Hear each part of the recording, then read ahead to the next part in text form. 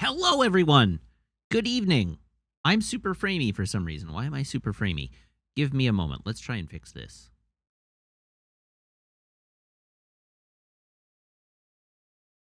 Hello, everyone. Welcome. How's it going? I'm still not happy with where I'm framed and shot. Hi, everybody. How you doing? I hope you're all having a good evening. We're having a fairly good evening around the household. Yeah, hi. Thank you, I should note, to hi, Myrea, who has now subscribed for 6 months, and to Vorlon Scout, who has now subscribed for 32 months, and to Horus5, who cheered 100 bits. Thank you to all three of you. Also, that indicates to me that I should update my stream goal. No, Twitch, you're trying to set that way too high. There we go. Updated. Yeah, so welcome back. I know it's been a while. Our last stream was on Thursday, and now we're here. We had a delightful office Christmas party yesterday. That was what we did. It was an office Christmas party. It was casino themed. Was the theme of it. So they had like casino games all around, and everybody got $1,000 playbill, fake money, but everybody got $1,000 playbill to buy in. So I spent my evening at the roulette table, and I finished my night out. So Twitch TV's Frank says, "How much did you lose?" So everybody got a $1,000 playbill. I played my first $1,000 playbill, and I played roulette all night. That was my game. And I closed out the first time at $1,600. So I made $600 on the roulette table from my initial $1,000. And then Meg decided to go home early and gave me, I don't know, a couple $100 from her $1,000 buy-in. So I don't know. I had another couple $100 there. And then because there was a no-show at our table, I also managed to get another $1,000 playbill. So altogether, the total buy-in for me was about $3,000 of buy-in over the course of the evening. And when all was said and done, at the end of the night, when I cashed out all my chips, I came out at $3,460. So I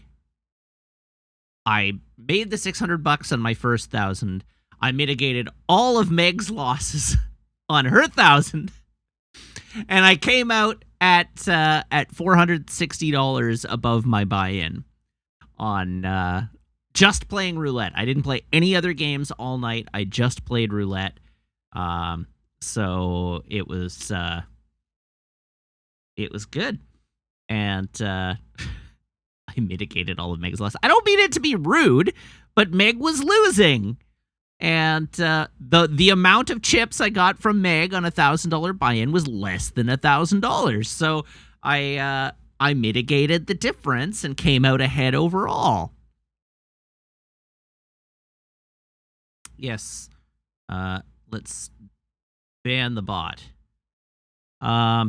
Did I get to trade them in for real money? No. We did not get to trade them in for real money.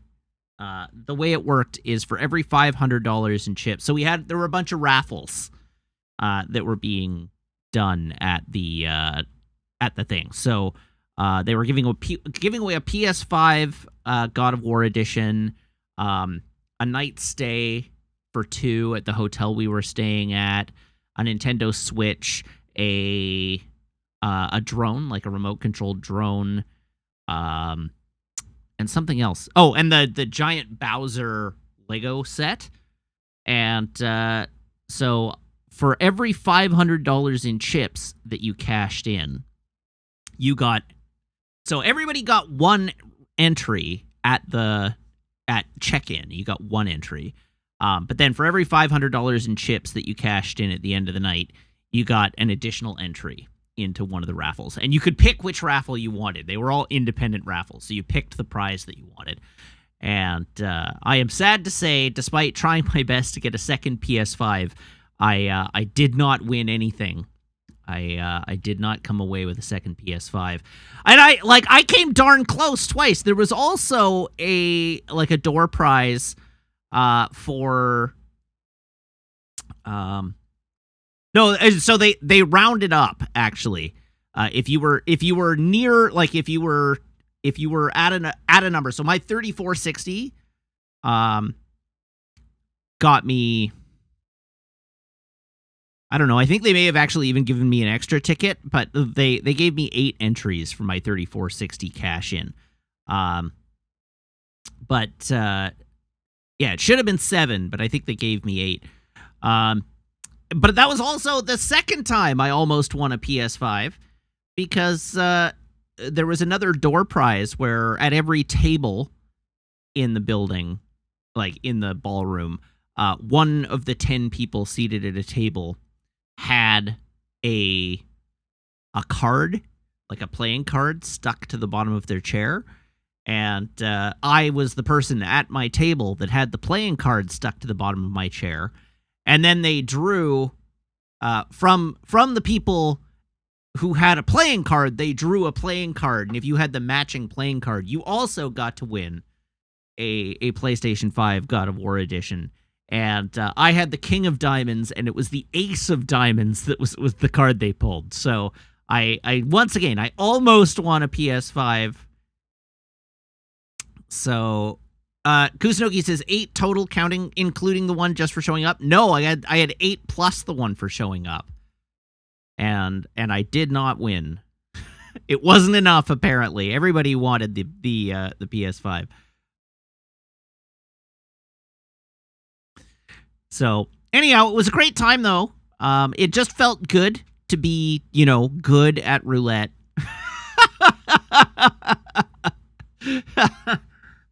To the extent that one is able to be good at a game of chance, I felt like I was good at roulette.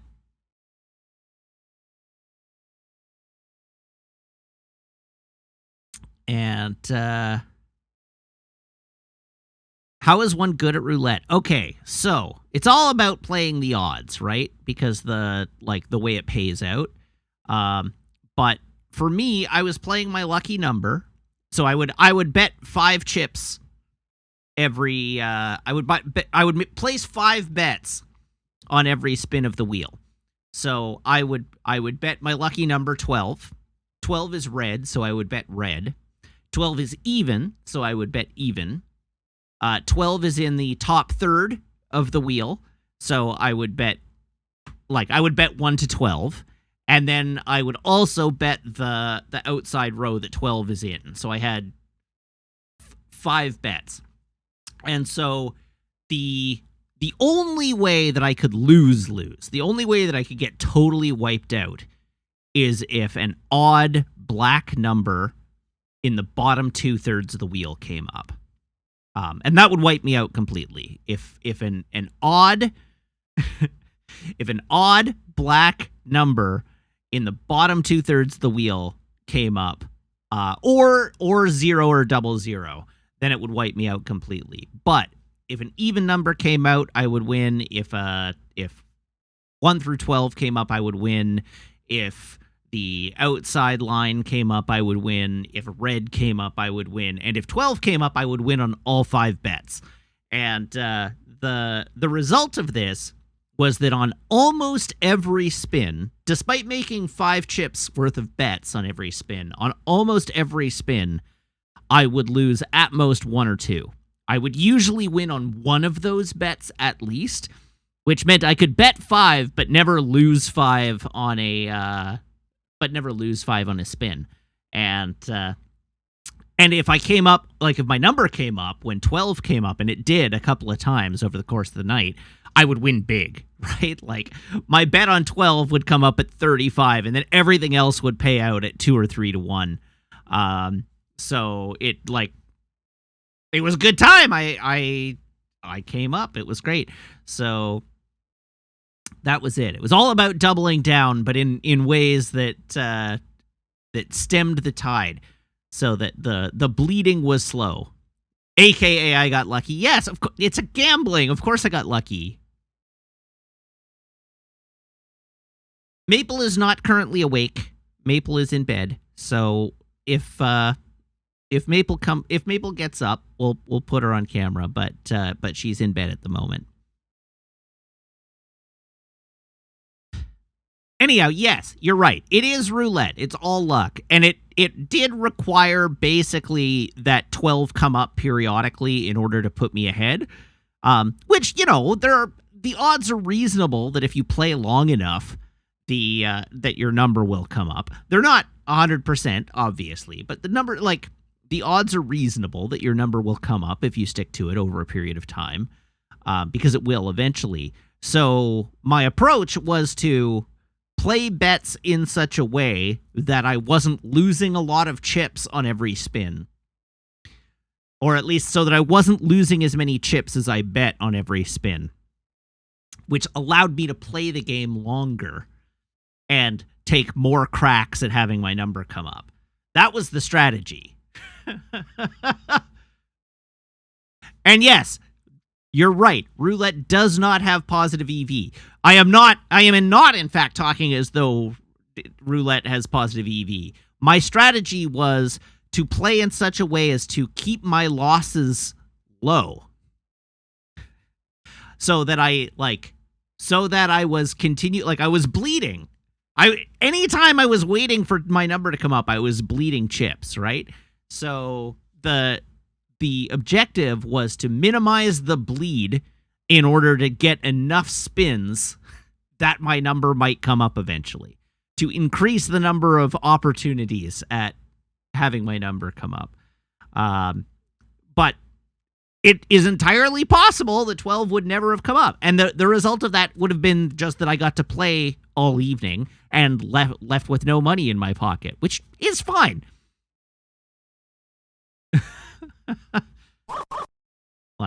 That's fine. It's not. It wasn't even my money, so who cares? But I had fun. I didn't lose real money. Even if I had lost real money, I would have been playing on an amount of money that I could afford. And my strategy was just to bet in such a way that I could continue playing longer.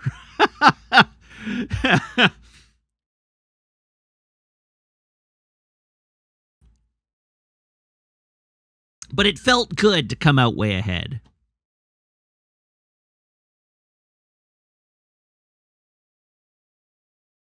Am I peaking a little bit? I shouldn't be. Oh, I know why. Thank you. There we go. I should be fine. Why no Baccarat? Because they didn't have Baccarat. They had poker, they had blackjack, they had roulette. But I don't think they didn't have Baccarat. I don't know why they didn't have Baccarat, because nobody knows how to play Baccarat.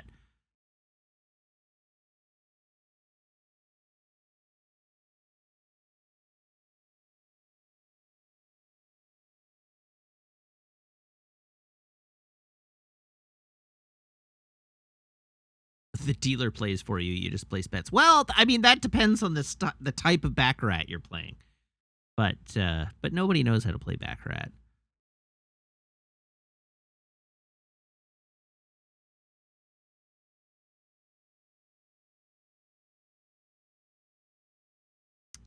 Literally nobody, except James Bond. Arisu Gunpla SFW, thank you for the follow. Welcome to the channel. I hope you find yourself at home. Baccarat, how do you play Baccarat? You put down a bunch of money and then James Bond wins. Easy game. Yeah, that's I think quite correct. Did my roulette table have 00? Yes. My roulette table had 0 and 00.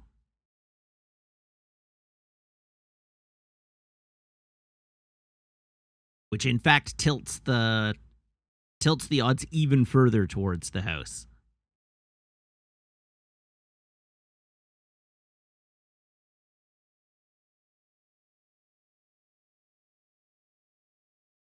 FYI, my category is Dark Souls 3, not just chatting. Yeah, that's all right. That's fine.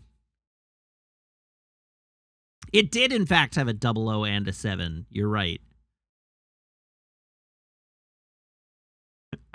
I was betting all wrong all night.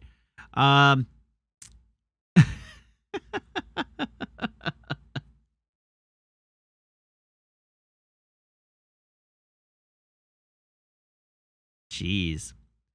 What else? What else has gone on since the last time we chatted?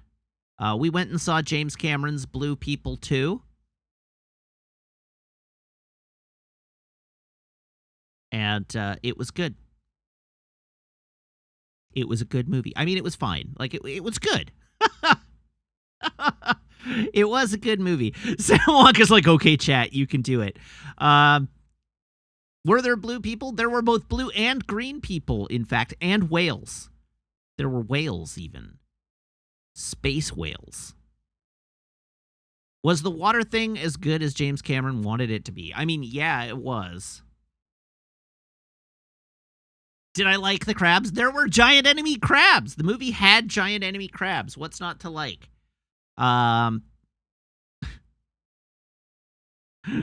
Like, I don't know what to tell you here. It had giant enemy crabs. It did not, as far as I saw, have attacking their weak point for massive damage, but it did have giant enemy crabs.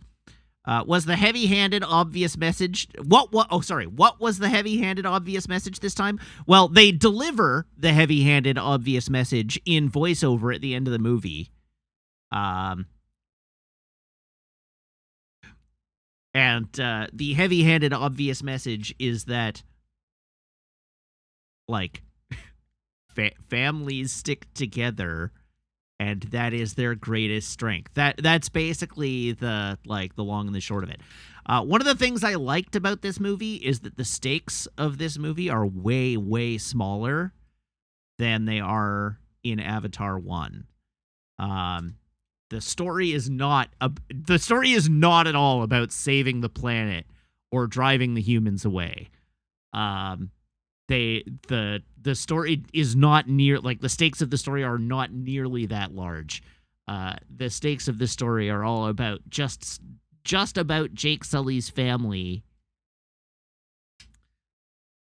and like, it's a pretty good movie. It's a much smaller, much more personal story. That's about the, like, you know, the characters and their desires and motivations and so on. And, you know, it's pretty good. Again, like, James Cameron's whole thing is simple storytelling, and it's not a complex story. Nor is it, like, complex storytelling. It is just it's just a little smaller scale story about, like, a family holding itself together against opposition and hardship, and it is used as a vehicle to deliver one of the most cutting-edge technical presentations in a film I've ever seen. For better and worse. I'm gonna say it was not perfect. So Meg and I went and saw the movie in 3D, HDR, high frame rate. And so we did see it in all three of but we didn't see it in IMAX. So we saw it in 3D, HDR, HFR. And so the 3D, fantastic. Absolutely fantastic. The movie was filmed in real 3D using real 3D cameras. The 3D is unmatched. It just like the first Avatar, it has the best 3D you've ever seen in a movie. So that's, like, point one. Point two, the visuals, like the actual quality of the visuals, are incredible. Everything looks real. It makes the first Avatar look like a tech demo, or like a version 0.8 of this movie. It is the most impressive visual, like, film I've seen visually in a long, long, long time. From that perspective, the HDR the high dynamic range, also phenomenal. The colors pop even through the 3D glasses. The colors pop intensely. The one thing that I really liked is highlights and lowlights. There's one scene where the family is like standing in a tent and it's sunny outside, and one of the characters is standing closer to the door, and you can see like the sunlight kind of like blowing out the light on like where they're being hit by the sunlight outside. But like colors just are phenomenal, and they pop off the screen, and the darks are inky black and the lights are bright and white. They do good things with like highlights, like HDR, great. Love it. Fantastic. All in. The high frame rate, or sorry, I should say the variable high frame rate, that's a real mixed bag.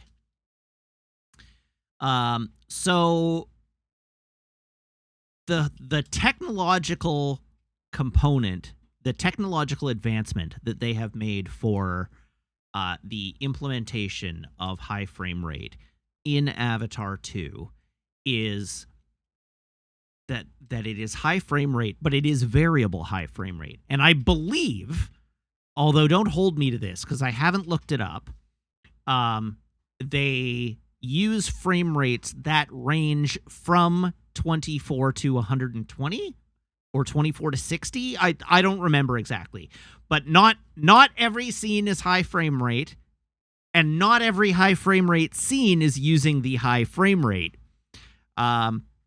Or not every high frame rate scene is using the same high frame rate, I should say. And I have seen it reported, and I'm sure Sam Wonk will correct me on this, but I've seen it reported that they did in fact even do things like different frame rates on different layers within a scene. So Sam Wonk's like, I know almost nothing about this movie. But I saw it reported, and I don't remember where, that they had tried to actually mix frame rates within a scene. And the purpose of all this is to, for one, isolate the things that benefit from it, and to combat the soap opera effect that people see in high frame rate, while still giving you the additional clarity and the additional sharpness and the additional fluidity and depth that high frame rate provides. And I would say that it is not fully successful. My response to their attempt is like, an attempt was made, it's not fully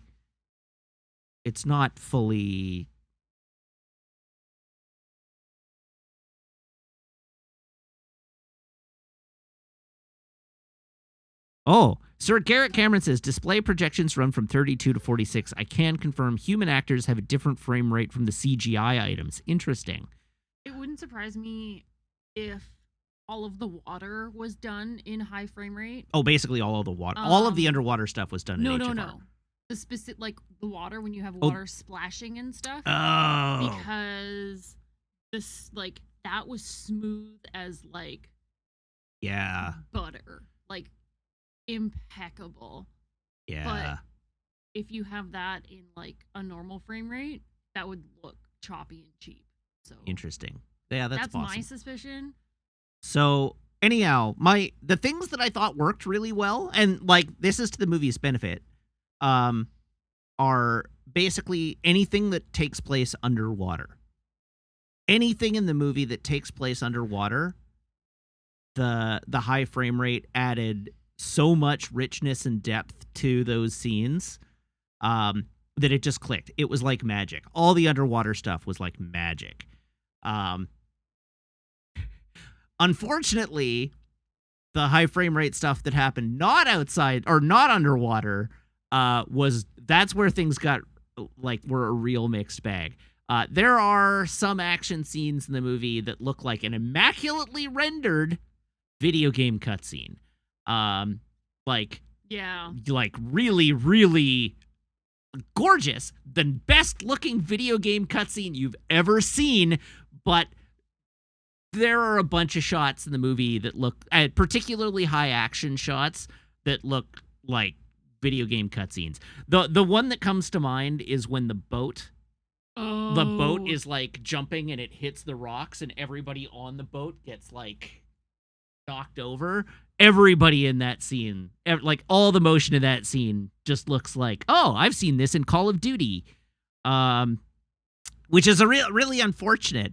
The other thing that I was like kind of annoyed with is that the first 10 minutes of the movie are very bad. The first 10 minutes of the movie are not good at all. They are very bad. Sorry, it did? It did not need to be It didn't, you're right. It didn't really need to be there. I thought it being there was fine, but the way it was delivered was really poor. Like, it was just really clunky. But that first 10 minutes was really like not good. And the like I was watching it and it was all like, all the reviews I've seen are like, oh, this movie's amazing. Like, all the film people are like, this movie's fantastic. Film Crit Hulk went and saw it a second time today, and he never sees movies a second time. Like, everybody is raving about how much they love this movie. And I sat down and I'm like watching the first 10 minutes and I'm like, oh no. Oh no. But after the first 10 minutes, it gets much, much better. And the answer, no, the first 10 minutes is not, strictly speaking, a recap. Like, it's not old footage or anything. It's not last time on Avatar. It is it's like kind of giving context. Yeah, it's giving context to the story that they're about to tell, and it does do some, like, it does do a little bit of like, this is what happened in the last movie, but it's much more around the, like, how has the status quo changed since the end of the last Avatar movie, and where are we now is sort of what it is. It's like, this is where the world is now. Now we can start our story. And I just thought it was really clunky. I didn't think it was gracefully delivered. But anyhow, that it was interesting. It was an interesting experience. For my part, I still think it's worth seeing in high frame rate, just because, like, the places where it worked well, it looked so friggin' good. But it was weird. It wasn't like, hands down great addition to the film. It was a mixed bag. Sometimes it was awesome and sometimes it was very bad. And so, live your best life, but I would probably still go see it in HFR, just because it's an experience, right? Like, this movie is meant to be experienced, not watched. And I feel like if you're cutting parts of the experience out, you're sort of undermining the purpose of the movie a bit.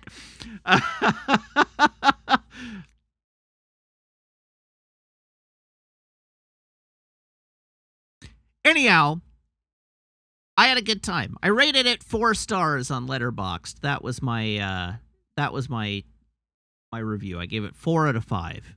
And most of the film people I know are rating it much more highly than that. They're like 4.5 out of 5s and things like that. I don't think it rates that high, but I do think it was very cool. I liked it. First Avatar, still a good movie. Second Avatar, also a good movie. I might give the new one the edge. I think the new Avatar might be a little better than the first one. But the they're both in the same ballpark. If you hated the first one, you'll probably still hate the second one. I like it's basically what it is. Like, if you didn't like the first one, you're not going to like the second one. If you did like the first one, you're probably going to like the second one. This movie is much more like mashup of all of the things that James Cameron learned making Avatar and Titanic and The Abyss. If you were this is fine on the first one, then again, you'll probably be like, this is fine on this one too. Like, they're very, very similar movies. In a very real way, they are telling the same story. Like, there is a review out there, the title of which, Bold of James Cameron to make Avatar 2 by remaking Avatar 1. They are very, very similar stories. The plot beats of them are very, very similar, but the stakes are smaller. So, sort of like Evil Dead 2, a little bit like Evil Dead 2. I mean, this is definitely a sequel to the first one, but it's it's a very similar movie, and so that's it. I don't know what to tell you. It's a very similar movie.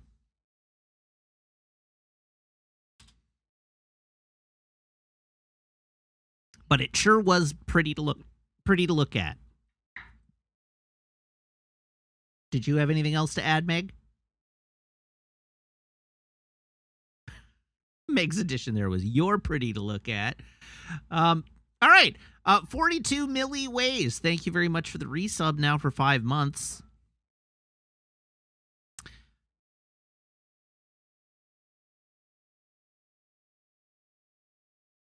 I think that was the reason I liked the first one. It was pretty. Well, if you thought the first one is pretty, the second one is way, way, way prettier. Way prettier. Again, it makes the first one look like a PlayStation 2 game. It is way prettier.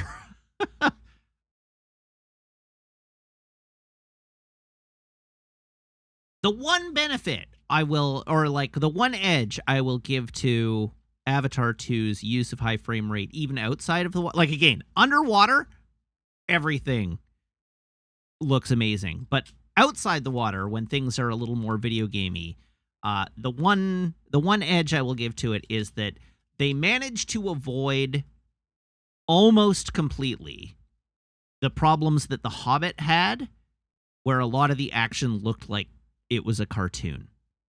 There are maybe 1 or 2 shots in the whole movie, one of which is in the first 10 minutes, where the frame rate illustrates the fact that the physical actions don't quite feel right. But by and large, it never feels like a cartoon. And The Hobbit did. So that's basically the... I didn't enjoy being down in the deep of Goblin Town. No, I did not. The high frame rate never feels like that. And rarely... The big thing that high frame rate does for me is it often causes me to hyper focus on camera movement. I like it. It just draws my attention to movement of the camera and pulls me out of the scene. Even though the scene is so much clearer and there's so much more detail because you're just getting so much more visual information. It pulls me out of the scene because I notice camera movements, and that is less of a problem in Avatar 2 than it has been in previous movies. That's less of a problem in Avatar 2 than it was in Gemini Man, for instance. I saw Gemini Man in 60 frames per second, and it does have a lot of the same problems as Gemini Man in action scenes, but it was better at camera movement. And again, this is one of the reasons that the underwater stuff works so well, is because when they're filming underwater, they can't do fast camera moves. So camera movement is a lot more gentle. But like they do sort of mitigate a lot of that. Twitch TV's Frank, is HFR an audience problem or a tech problem? The answer, I honestly think it's an audience problem more than it's a tech problem. Maybe yes to both. And I actually think Jibcat basically has it. It's way harder to hide mistakes and goofs in high frame rate. And as I noted, when you're doing like CG animation, anything that doesn't feel totally natural, becomes way more obvious, and it draws attention to camera movements. So you have to be, as a director using high frame rate, you have to be much more careful about the way that you're staging the camera and the way that you're moving it around the scene. But a lot of the associations that we have where we're like, oh, I don't like the way it looks because it reminds me of a video game cutscene, that's an audience problem. And guilty as charged, right? Guilty is charged here. The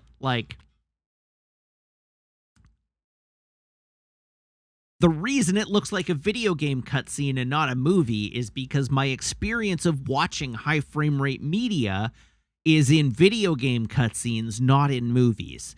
And so the sensational association my brain has with media presented in those frame rates is video game cutscenes. And that's not a problem with movies. If movies had always been 60 frames per second, I wouldn't know any better. It's only because I'm used to 24 frames per second film that I think that 60 frame per second or 48 frame per second video looks like video game cutscenes. It's just an association in my mind, but it's not anything inherent to the numerical choices, right? Like the choice, it is using a higher frame rate objectively captures more detail and generates more fluid motion. So, that is what it does. It provides you more visual input. But yes, Sam Wonk is right. Creating a reaction in the audience is the point. And whether or not it's a tech problem or an audience problem, if you're generating an unenjoyable reaction in the audience, then it doesn't really matter where the problem lies. You haven't created an enjoyable experience for the audience. So anyhow, that's my warning. I'm going to move on now. I'm done talking about Avatar. But I liked it. I thought it was a good movie. I thought it was a good time at the movies. I thought it was gorgeous. You might have similar experiences if you see it yourself. Okay, I owe 2 jokes, and then we're going to get on to the clip review. Oh, right, it snowed, and so Maple was in the snow today. We put little booties on Maple. She had snow booties. And she did the silly walk around the house, the booty walk around the house, and then immediately figured out how to walk in them and went outside and was a champ. Oh, right, the Barbie movie trailer. So the Barbie movie trailer and the Oppenheimer movie trailer both played at the beginning of Avatar 2. They both opened the same day in July. And that is going to be the wildest double feature I have ever seen. And the question, Meg, is what do we go see first? Are we seeing Oppenheimer then Barbie, or are we seeing Barbie then Oppenheimer? Barbie. You want to end on an upbeat note? Will anything possibly stand up to Barbie? Probably not. Yeah. Like, if I see Barbie and then see a movie where I have to, think and also, have an emotion, no. I mean, it's a Christopher Nolan movie. You won't have an emotion. I'm sure. Yeah, no. We're going to see Barbie. We're going to see Booby. Barbie second. Yeah. Okay. I'm on board with this. Anyhow, the Barbie trailer, I was cackling in the theater. It was easy to tell who knew what was happening. Yeah, I think I was the only person in the theater cackling, but I was laughing because I knew what was happening. but I was on a whole other level. I was cackling through the trailer. It was hilarious. It's so good.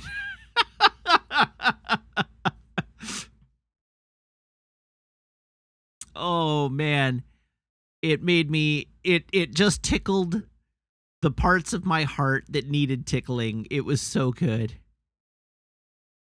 What a great trailer.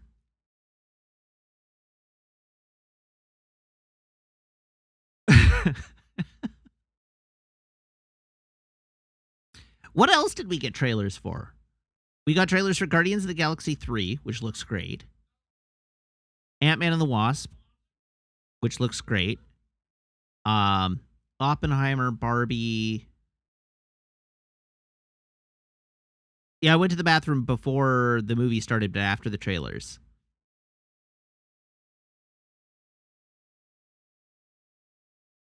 I don't remember. Somebody in chat asked if I have figured out what my Christmas movie is this year. And the answer is no, I haven't, so I should probably figure that out.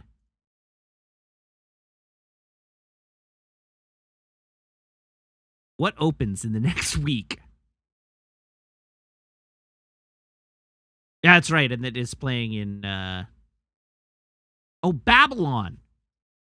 That'll probably be it. It'll probably be Babylon. Yes, Simu Liu is in the Barbie movie.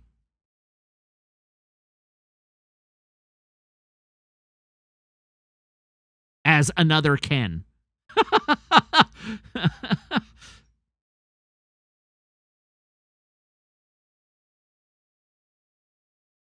He is Ken, but Ryan Gosling is also Ken. They are... Simu Liu is other Ken. Have I seen Violent Night yet? Yes, I saw Violent Night. It's great. It's better than it had any right to be. But I had a blast. I had the time of my life at Violent Night. It was awesome. Did I get the Shazam 2 trailer? No, we didn't get the Shazam 2 trailer, and we didn't get the Across the Spider-Verse trailer.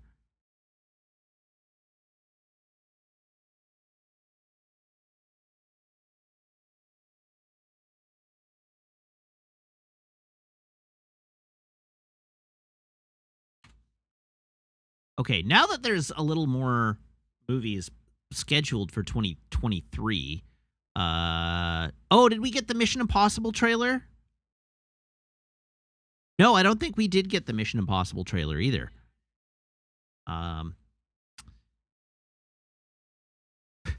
There's another Mission Impossible. Not only is there another Mission Impossible, there's like 2 more.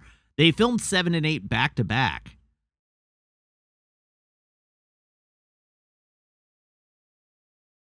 All right, so movies I have to see in 2023. We have Megan, which I'm curious about. I don't know if I'll see it, but I'm curious about it. There is Missing, which is the sequel to Searching, and Searching was one of my favorite movies of 2019, I think it was. So I cannot wait for Missing to come out. That'll be great. We have Shotgun Wedding. Yes, Megan is the weird doll movie. Yes, that's correct.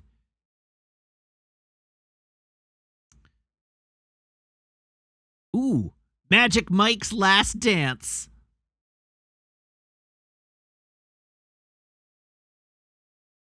Winnie the Pooh, Blood and Honey.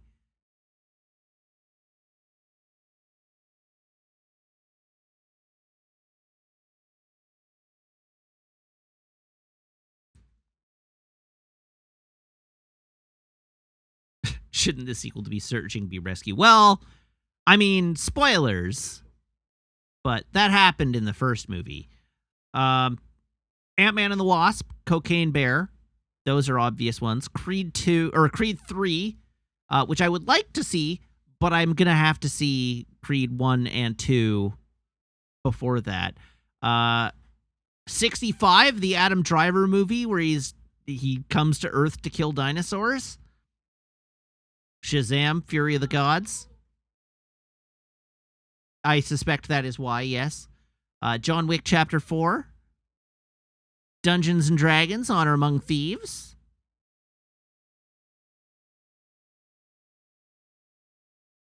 Last night? No. I went to the bathroom when the studio stingers were playing.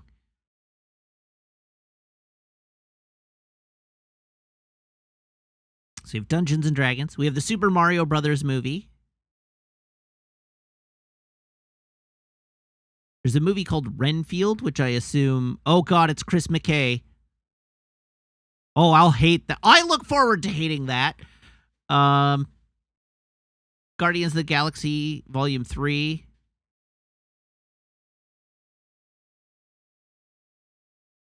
Fast X. Spider-Man Across the Spider-Verse. Transformers Rise of the Beasts. The Flash.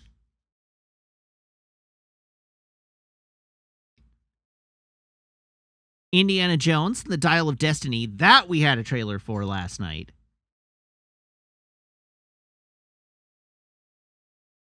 Mission Impossible, Dead Reckoning, Part 1. Oppenheimer, Barbie, The Marvels.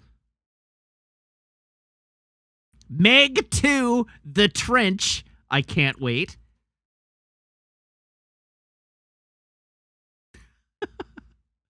Gran Turismo. Blue Beetle. How is Blue Beetle coming out already? What? How is Blue Beetle coming out in August of next year? Blue Beetle is not... There's no conceivable way Blue Beetle is coming out in August of next year. When did they even shot it?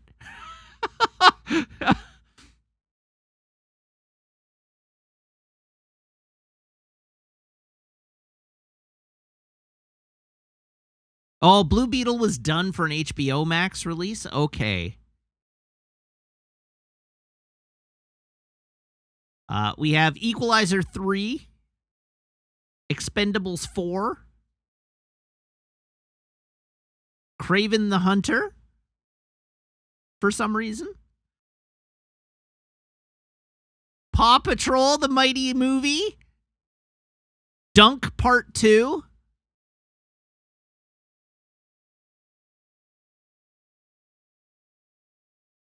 The Hunger Games, The Ballad of Songbirds and Snakes.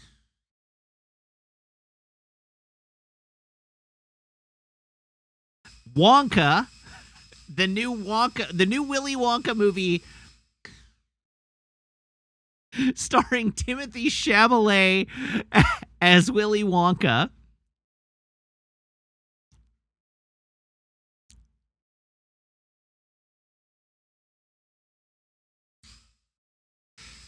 Untitled Ghostbusters Afterlife sequel. That's still coming, apparently. Aquaman and the Lost Kingdom is my Christmas movie next year, because that is currently scheduled for December 25th, 2023.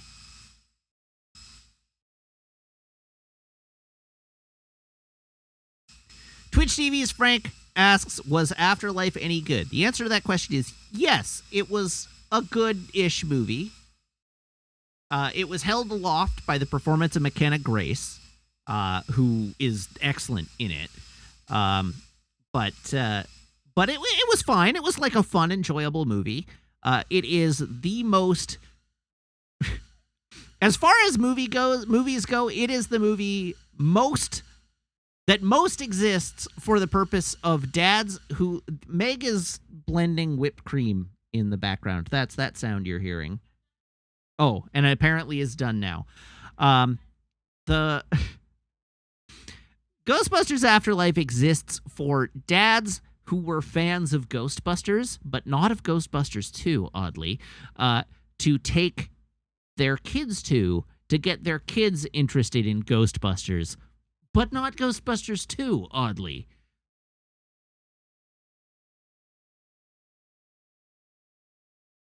And to that extent, it is basically a remake of Ghostbusters, but not Ghostbusters 2, oddly. And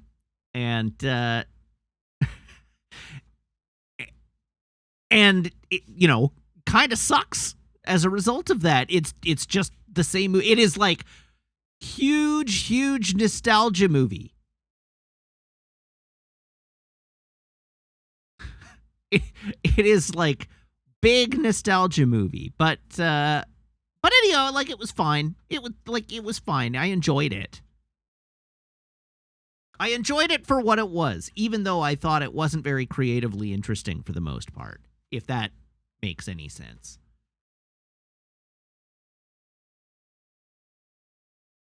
And for the record, I also like Ghostbusters 2.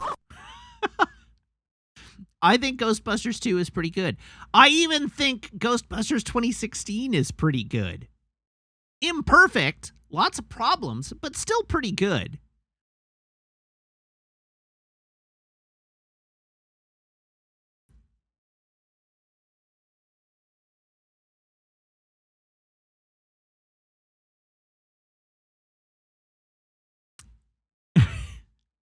Anyhow, that's that. I owe you 2 jokes. I was getting to telling some jokes, and then I got sidelined.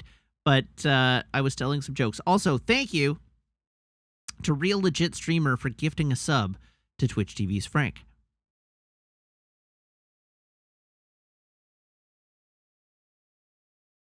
Oh, no? No?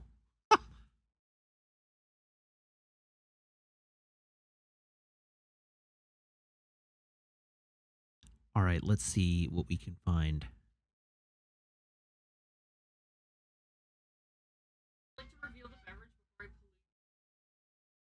This isn't my beverage, so it doesn't count. Want to try a sip? That'll be way too hot. I'll never get it down.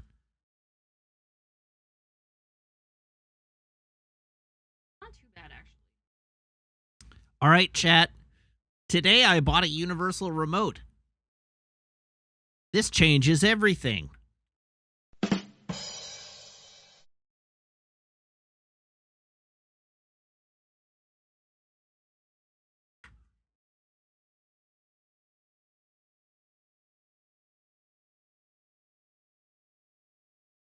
What genre of music do balloons like the least?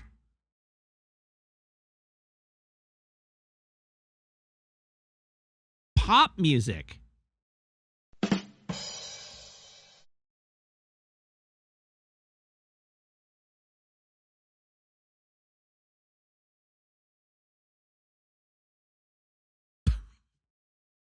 Okay, one more and then we're moving on. How did Boeing get its name?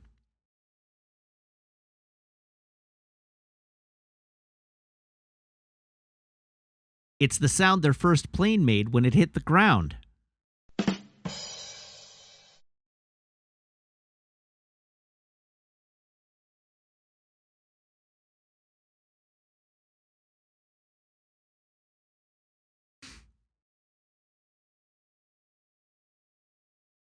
I liked that one too. That one legitimately made me laugh.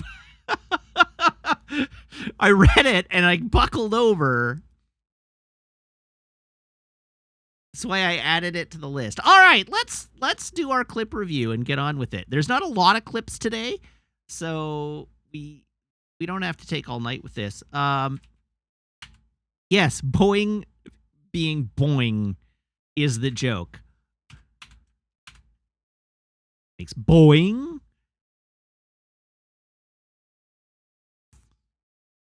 All right, let's do our clip review.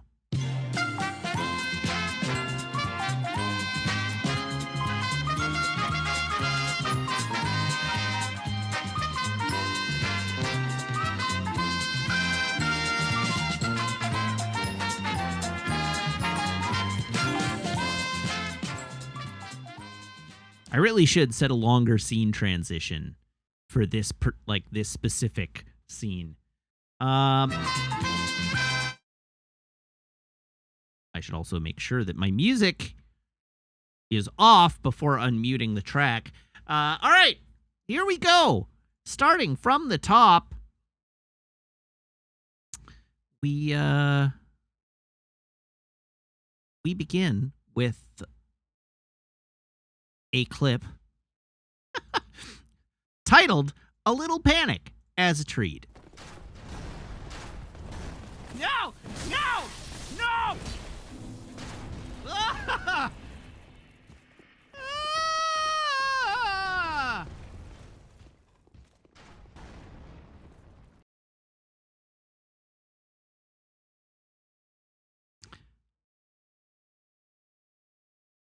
Next up, we have affirming that mechanics are not to be used intentionally. One is me actually doing a game mechanic correctly.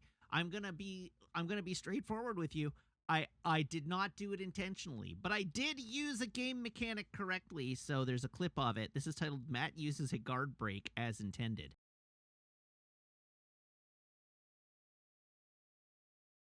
Next, we have conceivably. There is conceivably a jump there that I could make.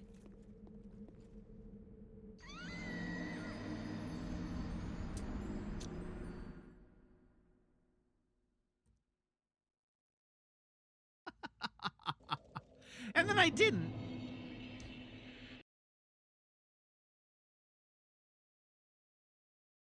This one, titled Get Good. I just have to not suck. It's time to get good. It's time to get good. Get good has been called. It's time to get good. It's time to hike my pants up. Be a big boy.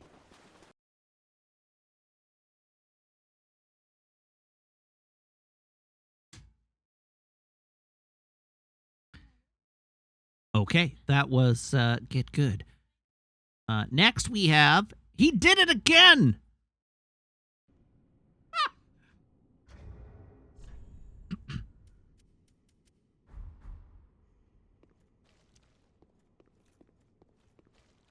Whoops! I should equip my sword.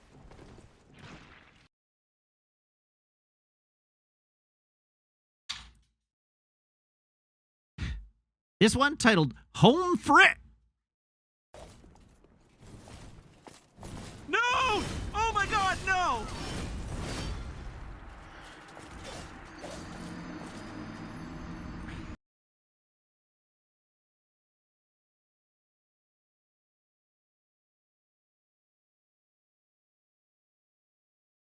That was a punt. Now we have Maple Just Bark. It doesn't really talk about how movies are great, but it is a movie about a kid learning to channel his desire to make art into the making of movies. And the power of movies.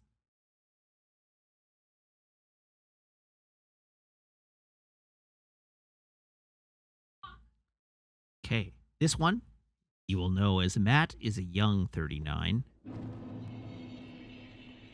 If it weren't a school night, I might go in on a second beer.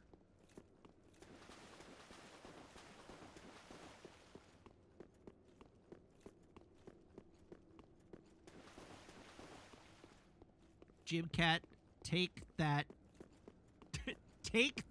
filth out of your mouth. I am 39, thank you very much.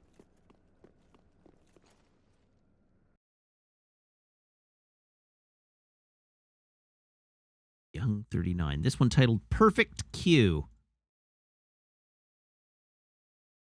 You know, I wanted to start a hide-and-seek tournament, but good players are hard to find.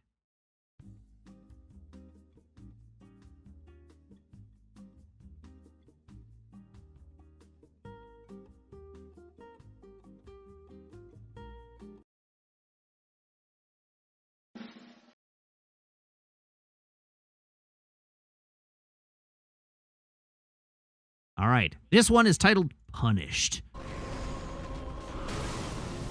Back out, back out, back out, back out. Now what? What are you gonna do? Do something I can punish you for.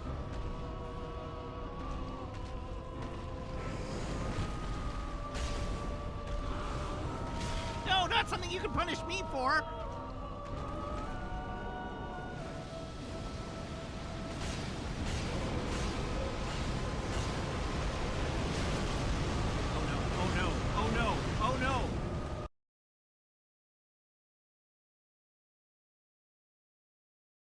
punished. This one's Schrodinger's mat. Oh, I'm dead. Oh, I'm not dead. Oh, I'm dead. Oh, I'm super dead. Yeah.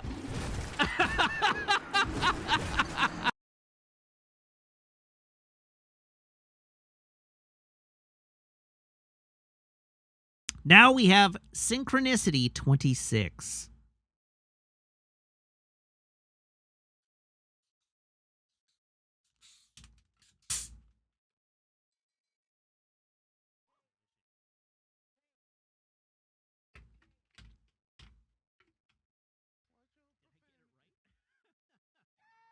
I trust Monet to make the right choice. There, correct. What mic you on, my dude? How many levels of microphone are you on? I am on mic 5.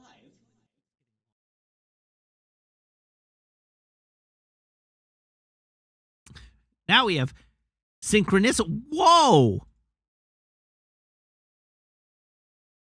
All right, so that was Smoldering Lake. Next up, we have Synchronicity 25. 25!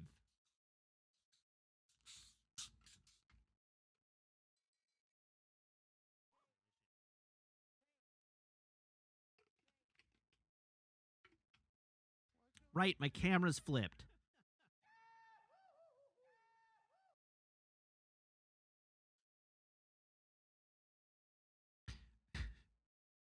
This clip is titled, Welcome to Irithyll Dungeon. All right, let's venture into this dungeon, shall we?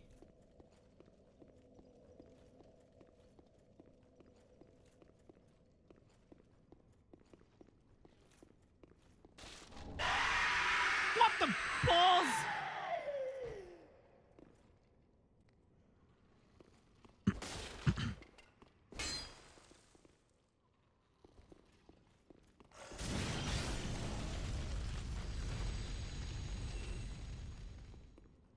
Absolutely not. That was Welcome to Irithyll Dungeon.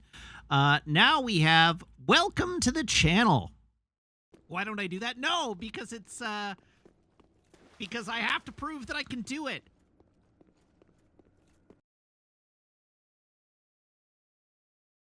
And finally, when you definitely saw that trap coming.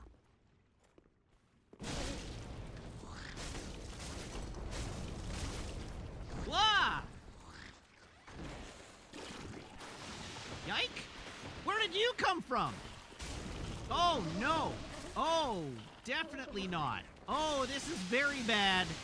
Oh, Lord. Oh, no.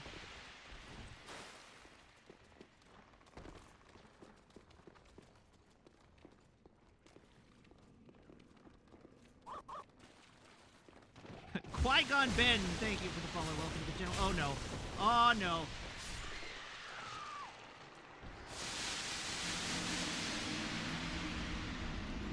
Cool beans. Very cool. Cool and fun.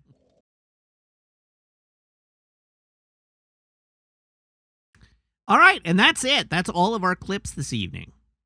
So, once again, get your votes in. We're gonna go to the beverage reveal. But get your votes in, and then we will come back and we will reveal this week's Monarch. Alrighty, thank you everybody for joining us for the clip review.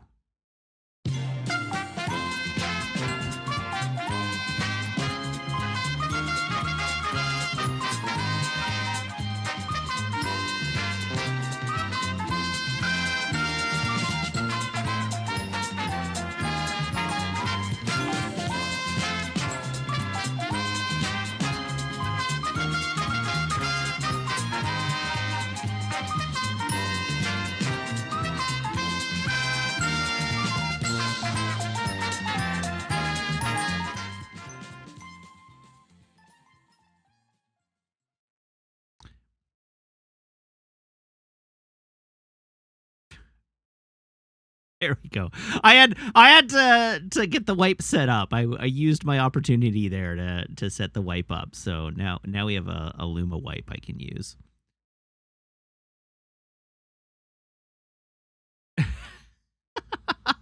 I needed a transition, as I said. Alrighty. So let's do our beverage reveal. Let's do our traditions. Here we have my phone.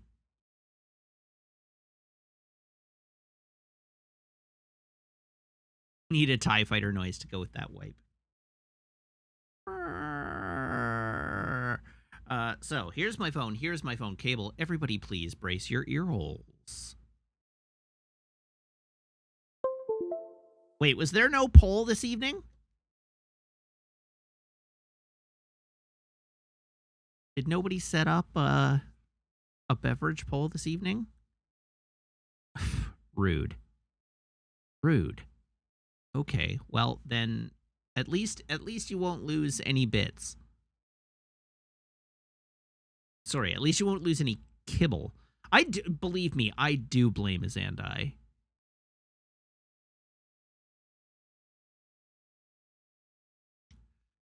Alrighty, everyone, let's find out who is our new monarch this week. Let's haul out the guillotine real quick. So, roles manager. Who was was it Horus 5? Horus 5 last week. So, Horus 5, your head is off. Let's see who wins this week. Are you ready, everyone? Here we go.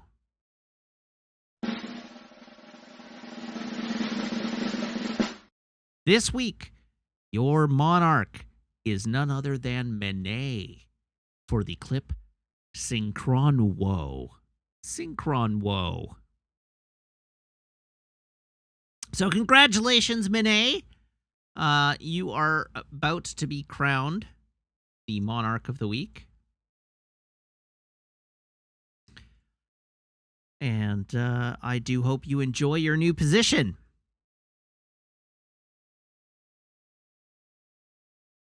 Oh, I forgot to actually do the beverage reveal. Oops. Alrighty. Well, Garcon, can I have a drum roll, please?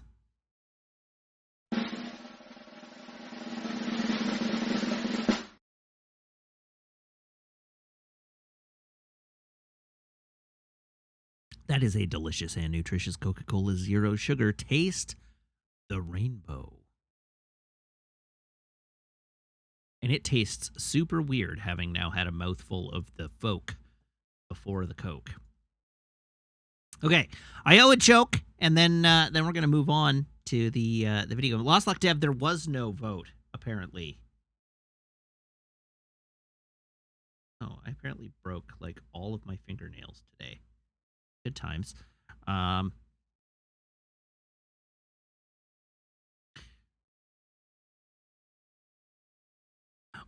Why was the dentist made redundant?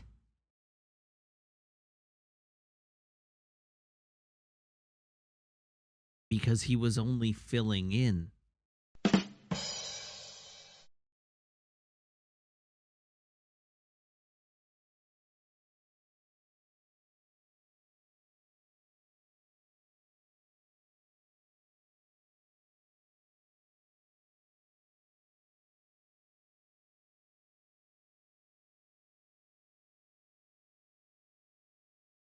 Geez, tough crowd tonight.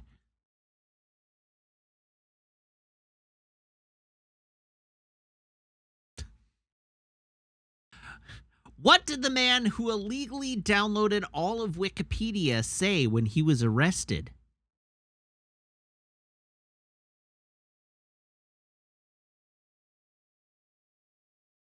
Wait, I can explain everything!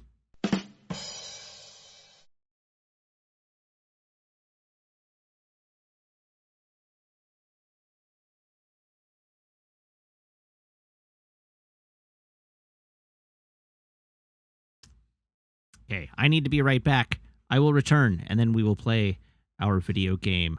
Please don't go away. Hello again, everyone. I'm back. Shall we play a video game? I think we should. So let's do that.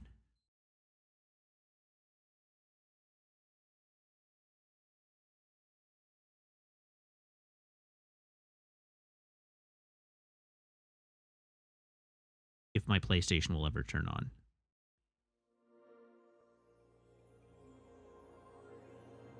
There we go.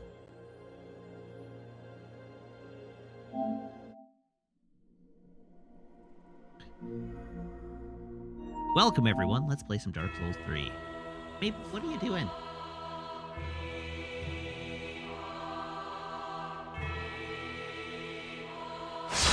Standing off camera is what Maple's doing. Maple! Maple! Hey, Goober!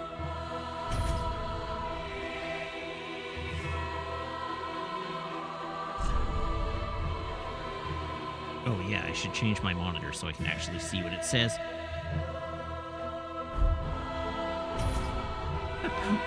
Playing Dark Souls in just the preview window might be a little beyond me.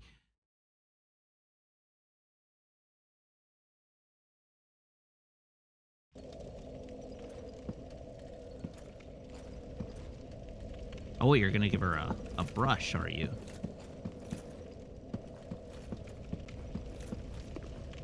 Alright, tonight I commit to advancing to some degree.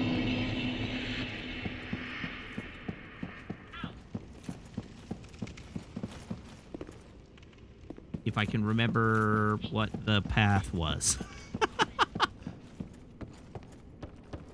Maple.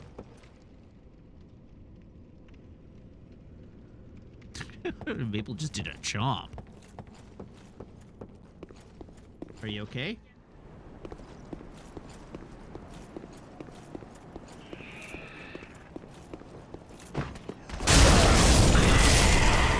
That's loud.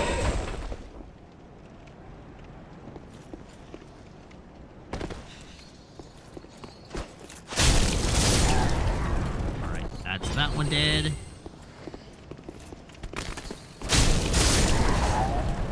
And that one dead.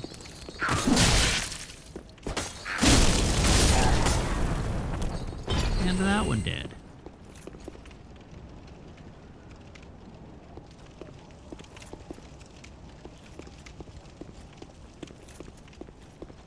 Oh, Maple's being a small terror right now. Apparently.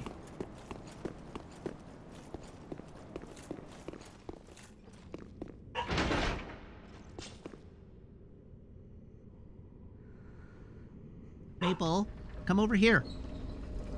Come over here. Okay.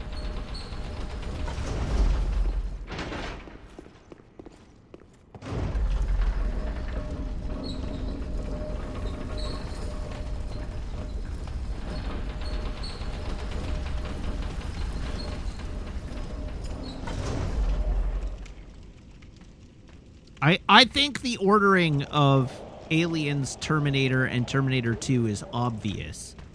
But I'm willing to bet that that chat will disagree with me.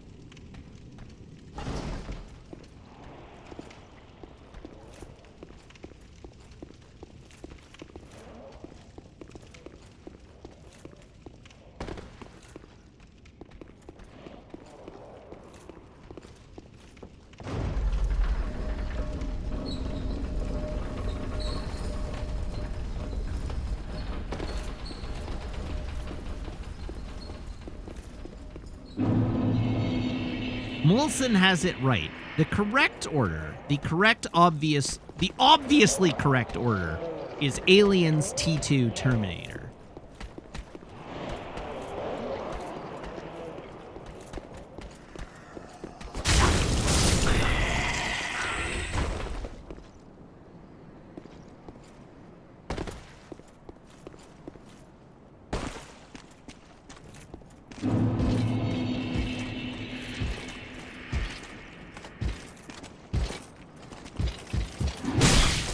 Listen, if you all right, everybody in chat who's like, I've never watched Aliens. Listen, if you couldn't be asked to watch one of the best action movies ever made, there's no helping you.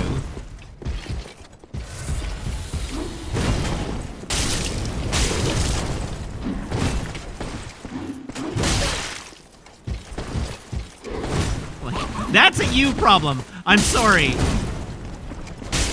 Alien is not an action movie. Alien is a horror film.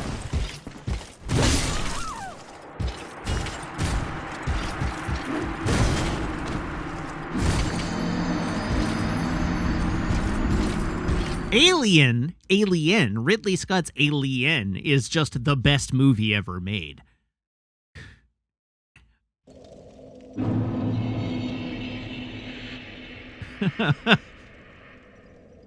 Aliens is one of the best action movies of all time.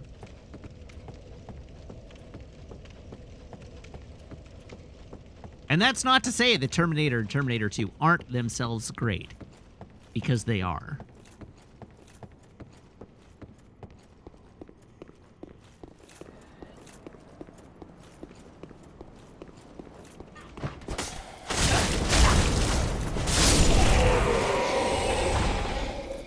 Technically, not all of the Space Marines die in Aliens. If you want to get extremely technical.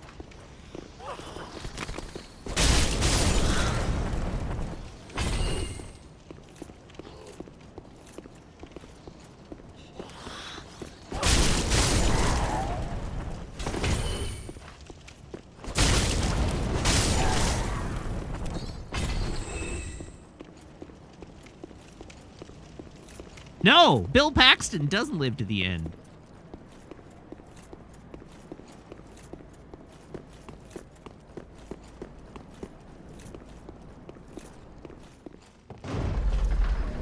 Bill Paxton has the... What is it? The achievement of dying to a Terminator and to an alien and to a something else. Oh, and to a Predator?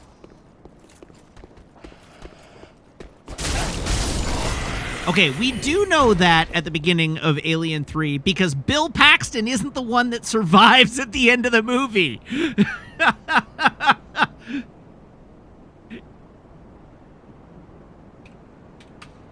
The one that survives the movie is the one that's played by the guy who played, what's his name, in Terminator 1?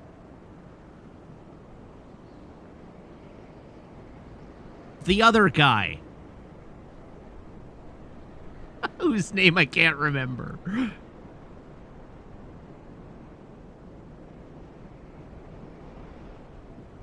That's the one.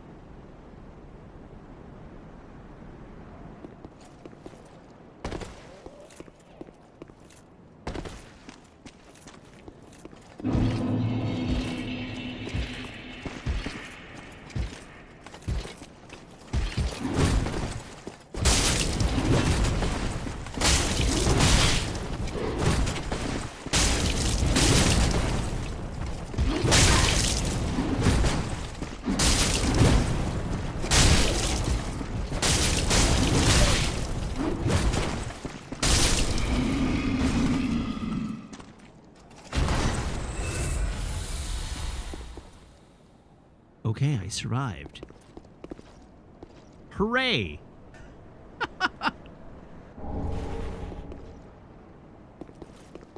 I have a large number of souls. I would ideally like to not punt these.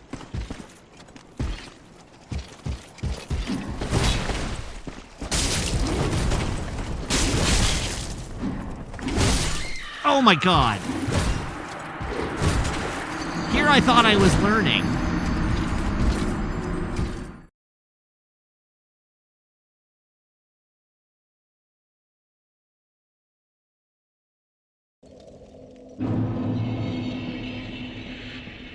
Okay, now we're going to IMDb.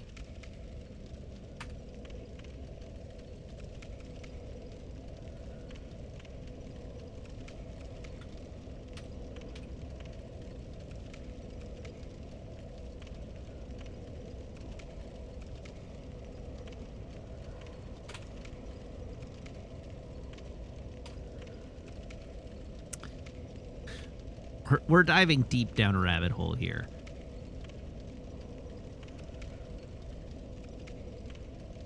Hicks.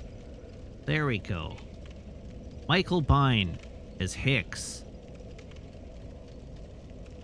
Who apparently James Cameron just really likes working with. Because he was in Terminator, and was in The Abyss, and was in Aliens. And was in The Rock.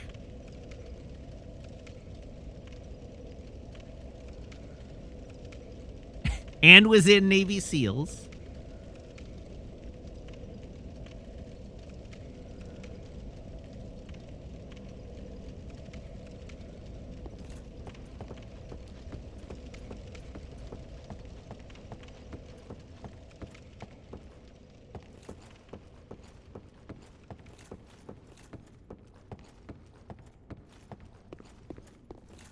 All right, can I make it through that door this time? What do we think?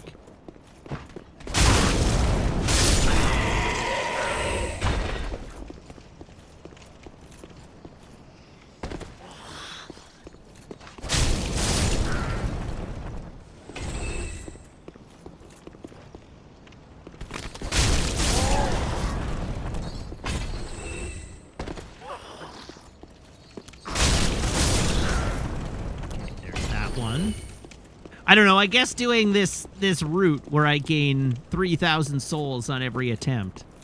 That explains why I have so many souls in my puddle.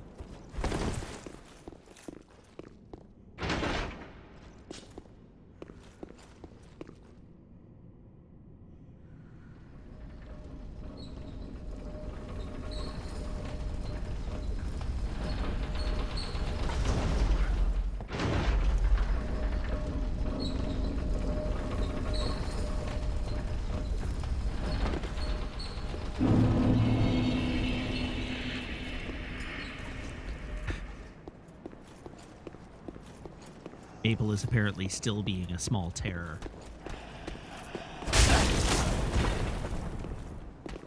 I can hear Meg in the other room just being like, drop it, drop it, drop it, leave it, drop it.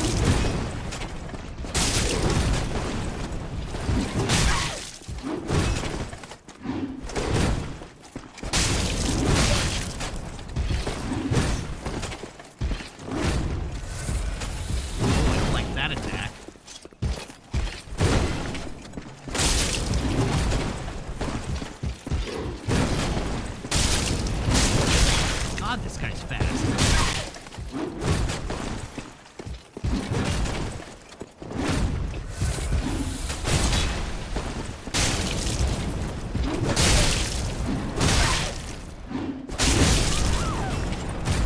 That time I just let him stand there and hit me.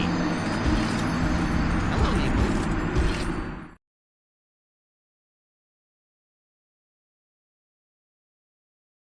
Hello, Maple.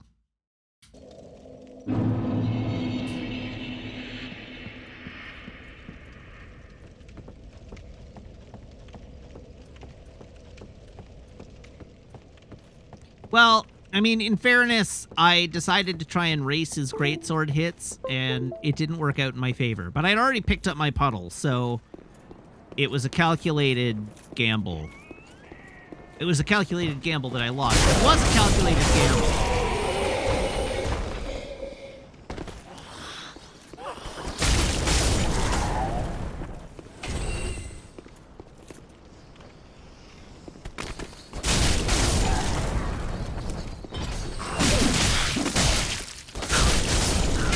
Uncalled for.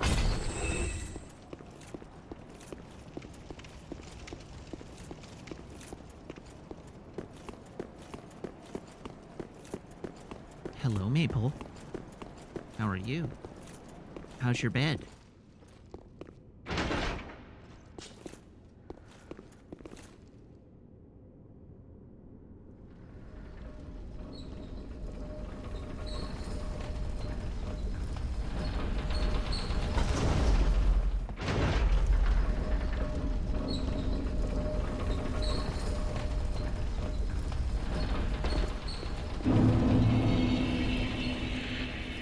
I would really, really like to get past these guys. Very strong desire to get past these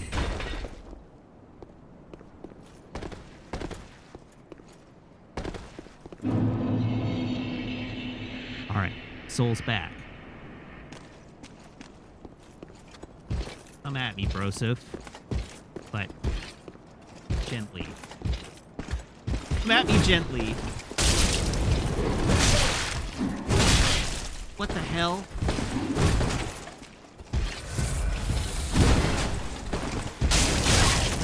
What the hell?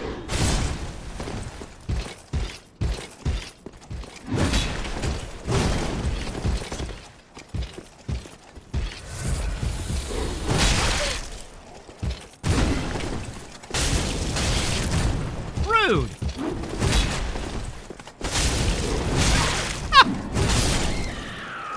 What a camera angle.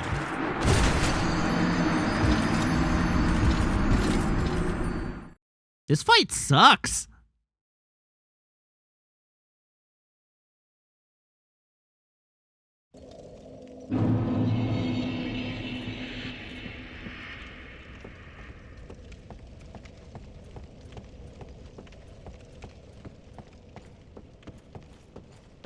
I'm going to get another level before I successfully complete this set of fights.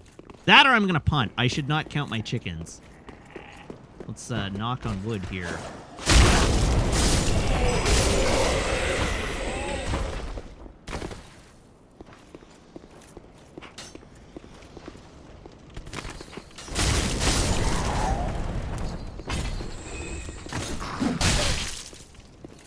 Damn, screw this little guy.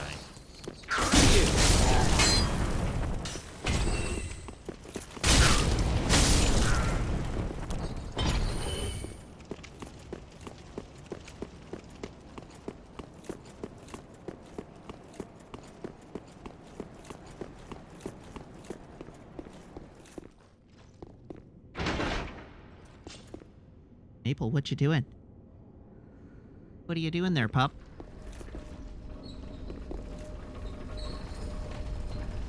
Oh, she's got a bully stick. Endotoxin, thank you very much for the follow. Welcome to the channel. I know, she's getting so big. She's so huge now. Greaser, thank you for the follow. Welcome to the channel.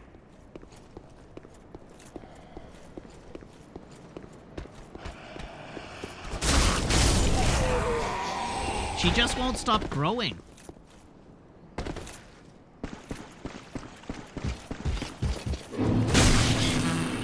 Punished! Holy crap, punished. Let me out!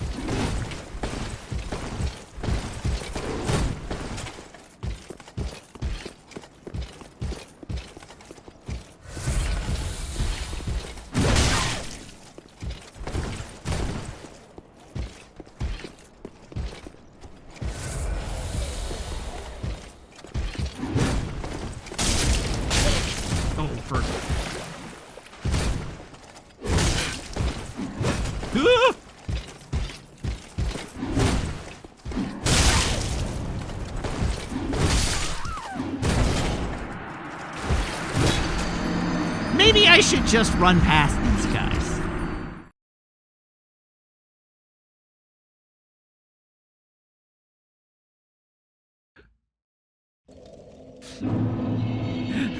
Maybe I should stop trying to fight these two and just run. Just run to the final boss of this zone. I'm sure I don't need to learn anything along the way.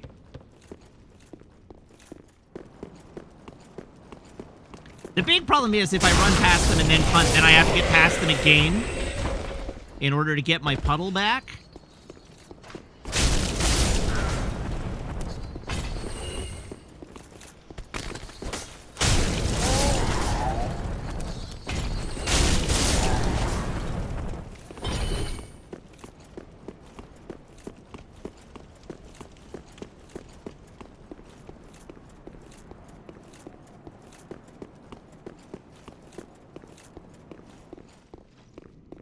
Maybe there's a way to move this guy to a place where he's easier to fight.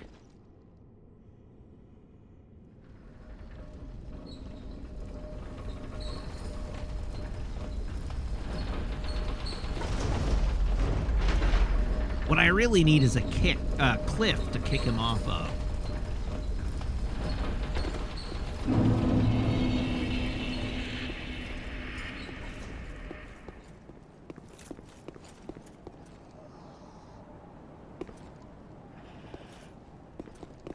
maybe I can fight him down there a little more easily.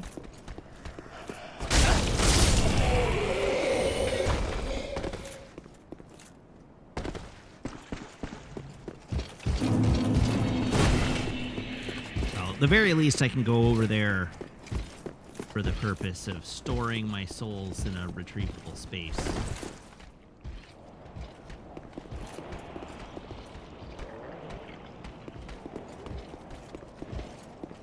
Where did Armor Print go?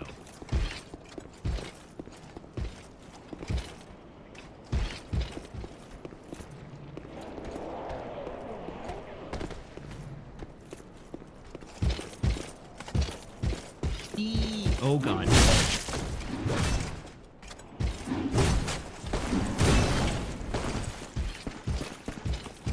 What have we learned?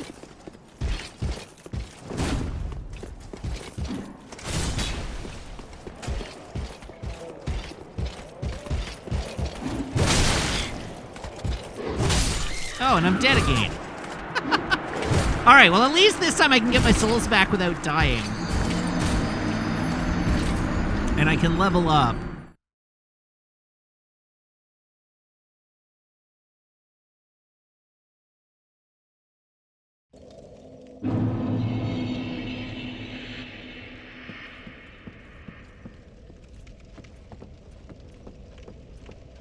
Oh, Maple has been released from the playpen.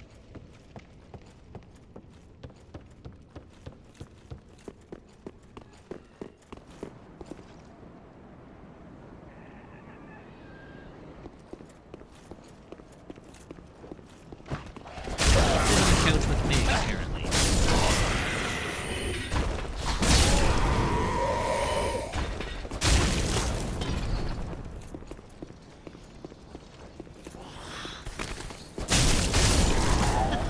Although, from the sounds of things, that may be short-lived.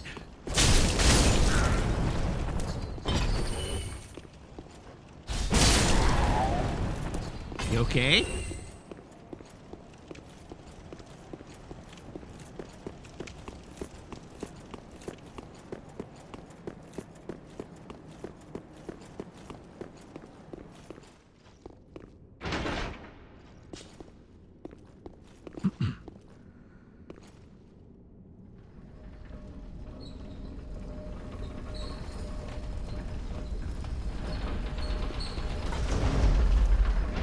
She is being a small terror tonight. Oops. That was a big drop.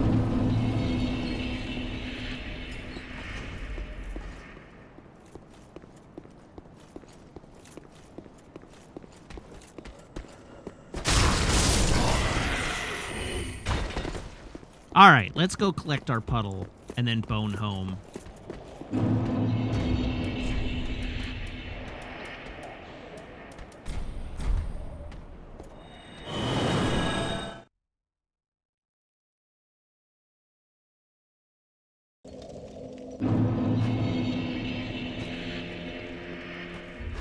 Time to pump another level in. Very well, then take. How am I doing on stamina at this point? 38! 1 point from the soft cap. Farewell, Ashen One. Did I have any consumable souls? Oh, I do. Okay, but not enough to level up. The soft cap is 40, yes.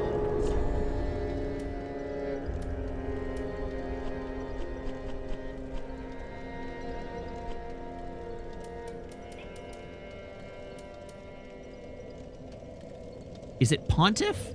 Is that the...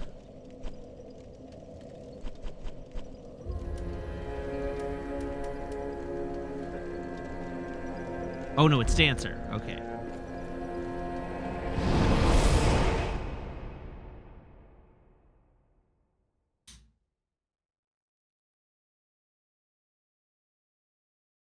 Okay, now I no longer feel like I will have wasted a ton of effort if I just run past these guys. So let's just try running past these guys and see what happens.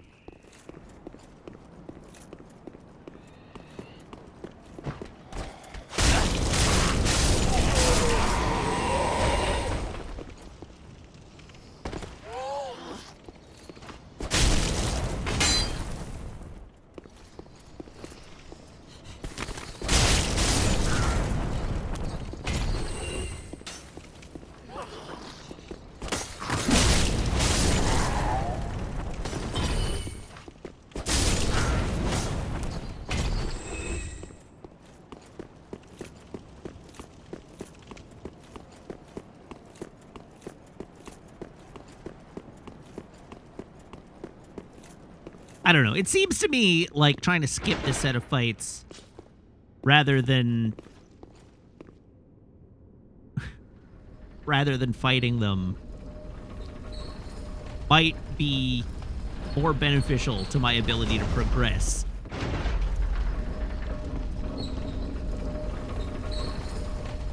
Than just fighting the same fight over and over again all night.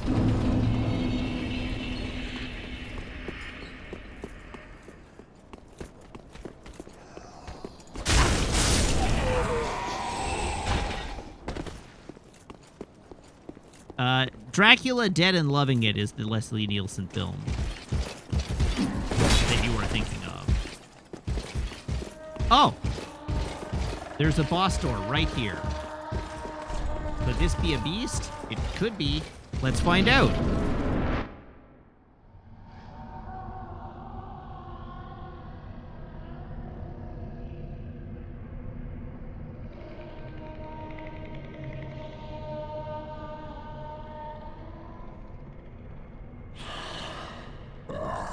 You ignorant slaves. Finally taken notice, have you? Of the power of my beloved Ocelot, child of dragons. Ocelot? This is a Kojima game. Well, I will not give him up. For he is all that I have.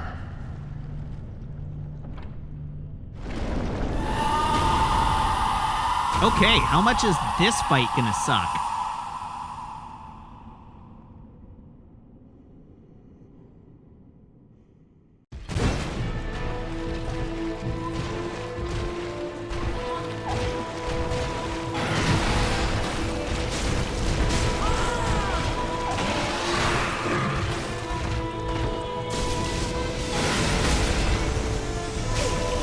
Whoa, God!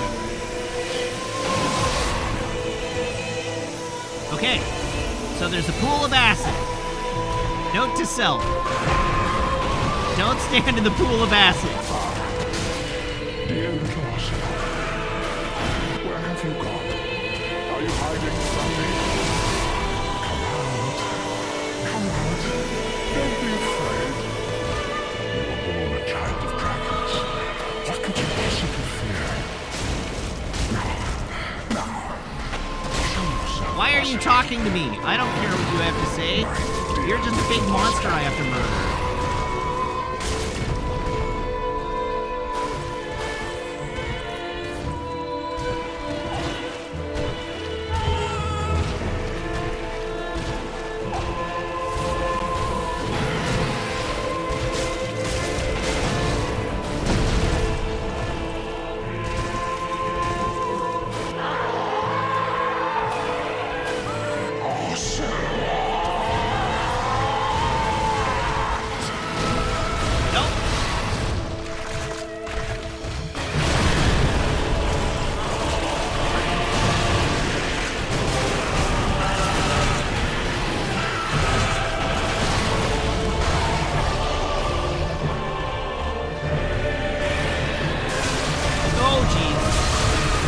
I'm cursed.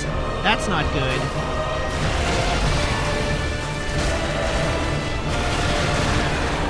I should heal, probably. Oh, BS.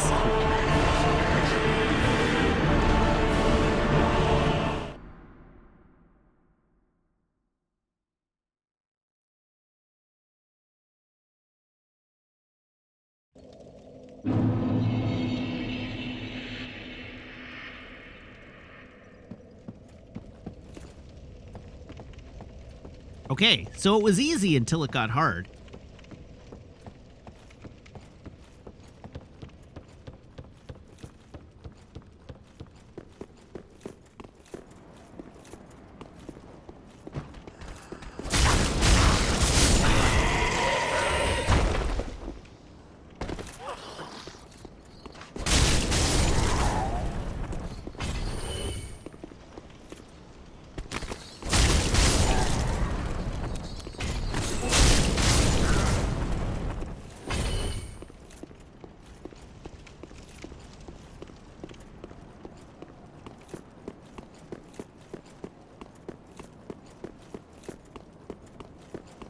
She looks so thrilled by the prospect of nibbling on that carrot.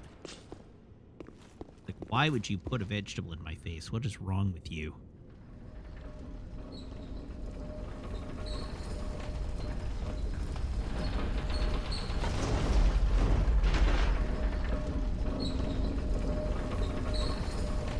Alright, so now that I've initiated this boss fight, I have to finish it. There's no... There's no two ways about this. We have found the consumed king. We have to kill the consumed king.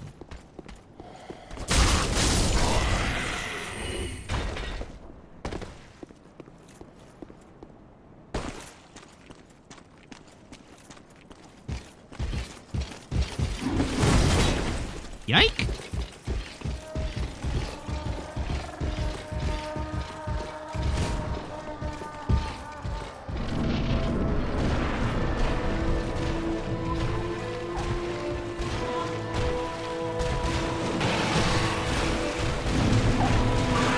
Ow!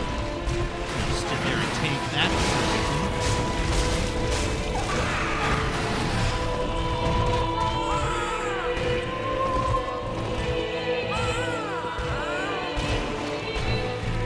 Why are there crying baby noises?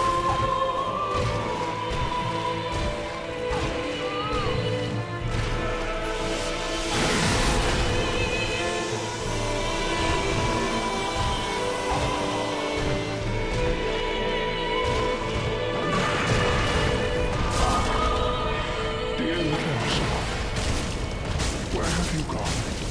Are you hiding from me? Stand in the acid. Out. Come out. Don't be afraid. You were born a child of dragons. What could you possibly fear?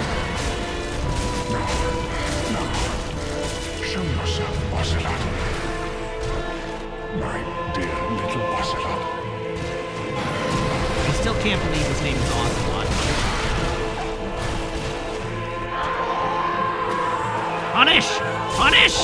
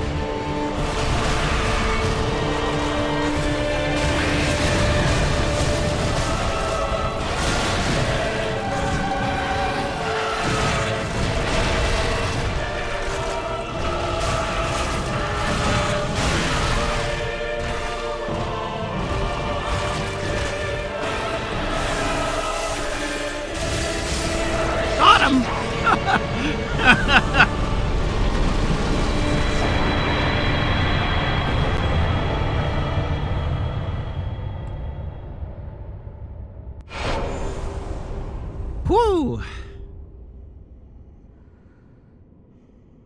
Got it in 2.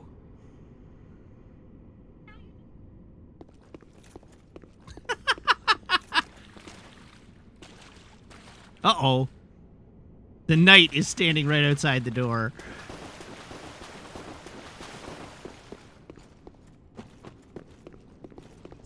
Sadness. Huh. It's a you bastard.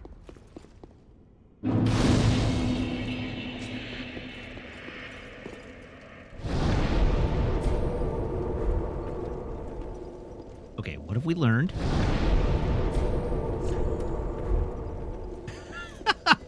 Time to spend some souls? Yes! We do not progress from the boss room without spending my souls. We learned this lesson previously.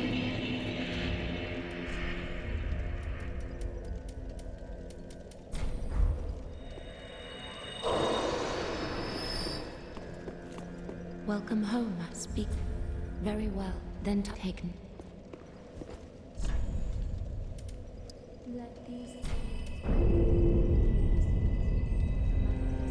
There we go. We've soft capped our stamina. Farewell, Ashen One. May the...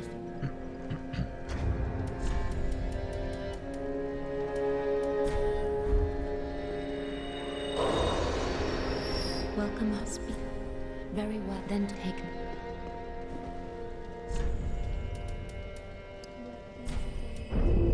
Now it's time to head for our soft Farewell, cap on Ashen strength.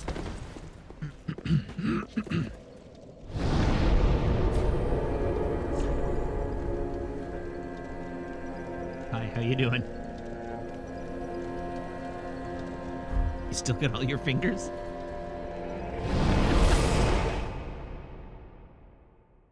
Hmm.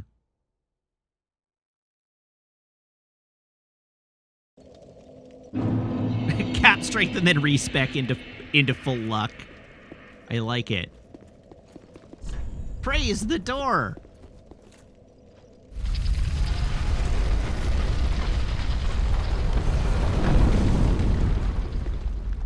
Okay, where has this brought me to?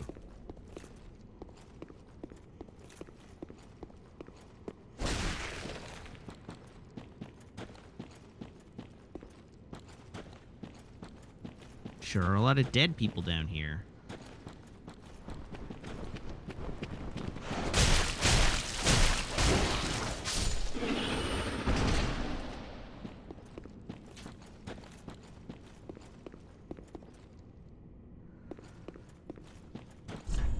Are you ready?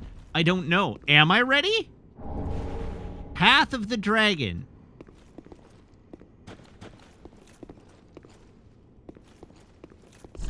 Miscreant ahead. No illusion ahead. Pull back, you don't deserve this. Okay, that chest is friendly. It's a friendly chest. Illusory wall ahead, it says. Ooh, a Titanite scale. Hidden path ahead. Ooh. Spicy.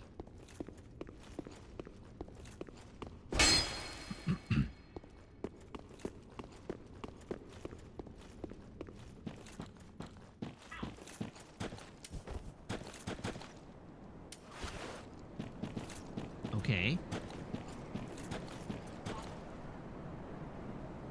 There's a bonfire. Bloody expensive, but jumping. Untended graves. Surely if they're untended, there will be no enemies here, right? That's how that works?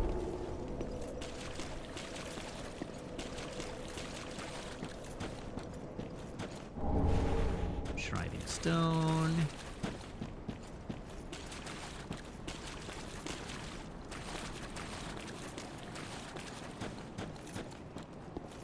Well, yes, my expectation was that the enemies would tend to the graves.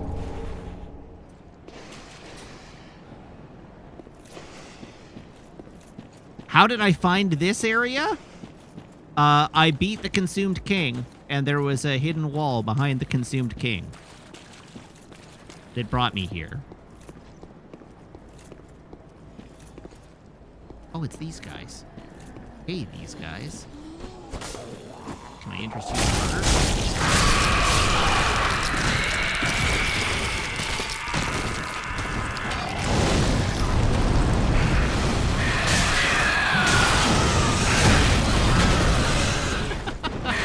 Yike!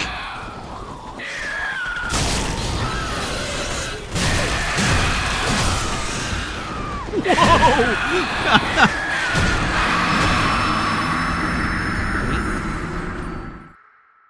Okay. Well, that went well, I think.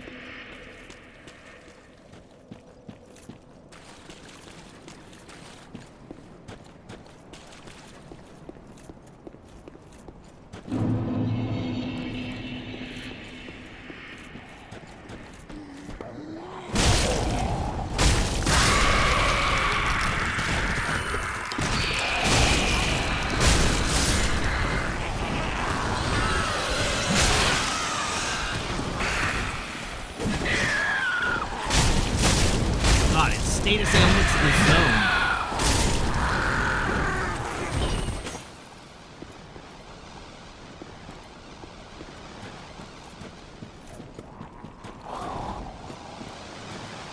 Okay, but what if we didn't cast a poison cloud?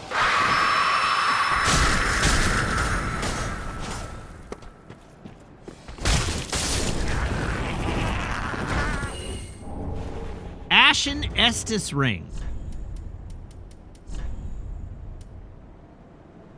Oh. Well then.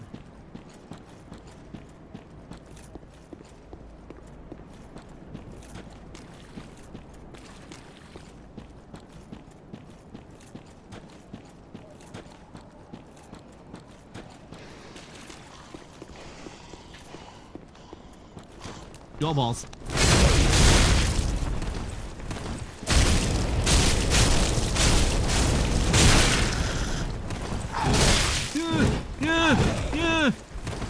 Oh no!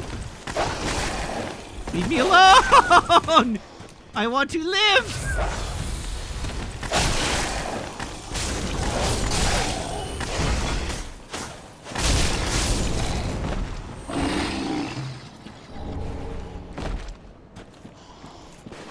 The balls!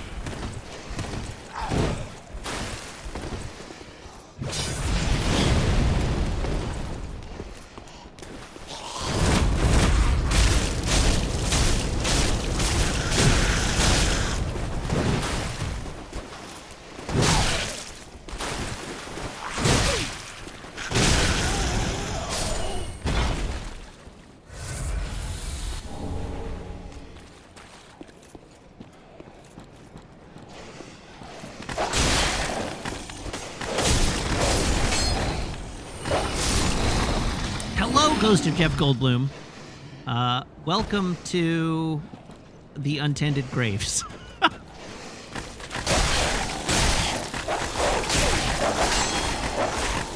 I don't know if the Consumed King was the enemy you were expecting me to have trouble with, but I did it in 2. Whoops, that's not what I meant to do. There we go.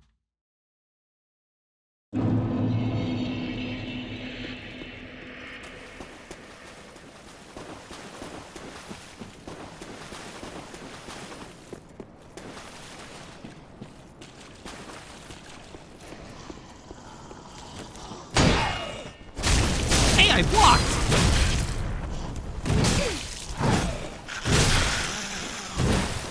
Oh, God. I would like to get my souls back.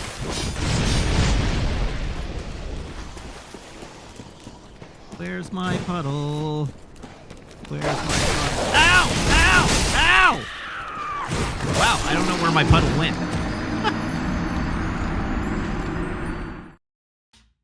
Okay, well, that was a punt.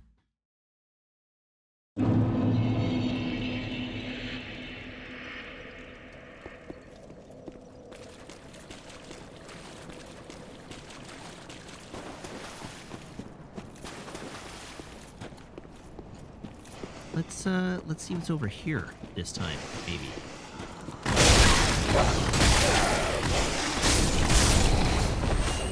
Oh, this is where my puddle was. I just turned the wrong way.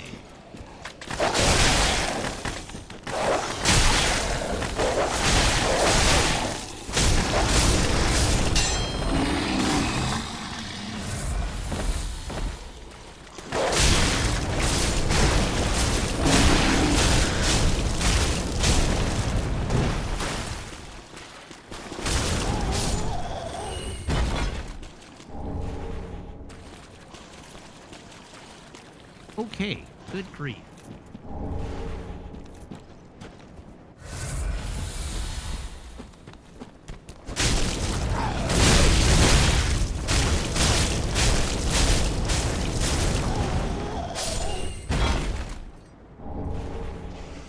What are souls actually used for? They're used for leveling up. There's a currency we use for leveling up in this game, among other things.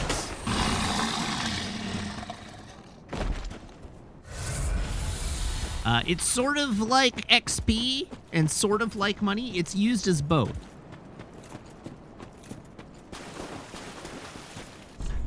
Pull back? No, I don't think I will. This place again.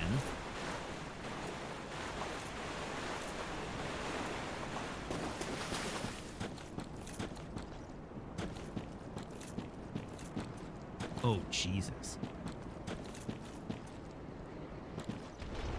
Oh, no.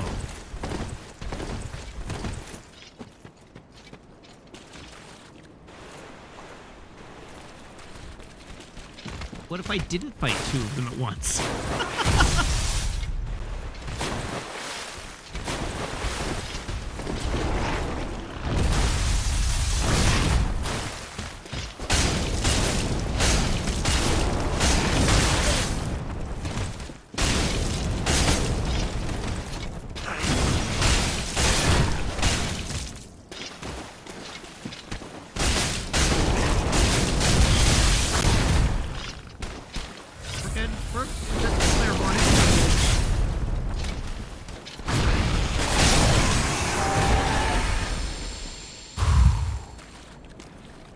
Yikes!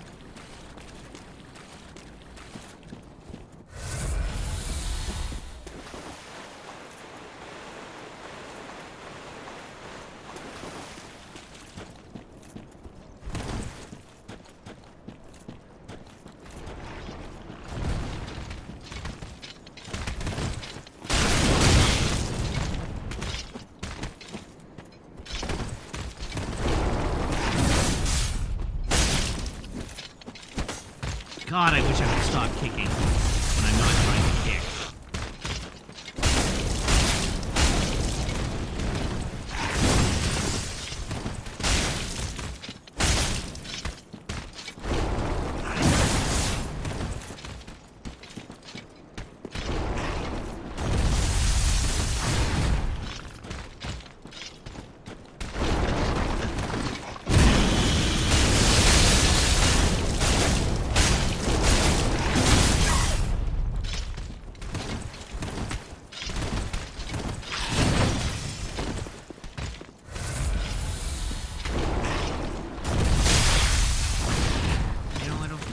Hit me.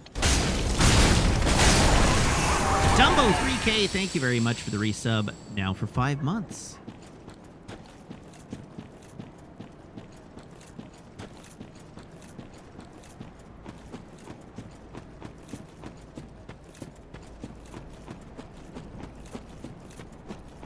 Okay, that was a lot of Titanite scales and a lot of souls.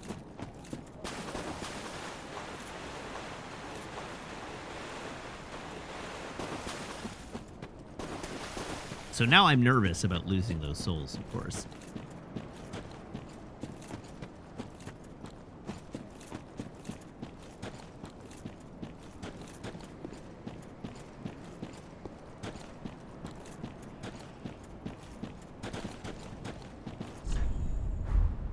Could this be a bonfire? I don't know. Could it be?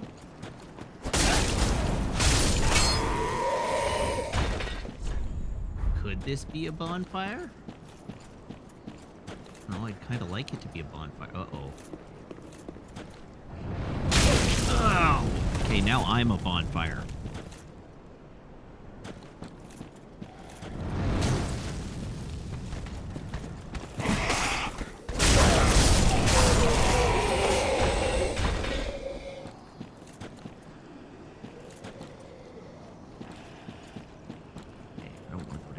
Ready.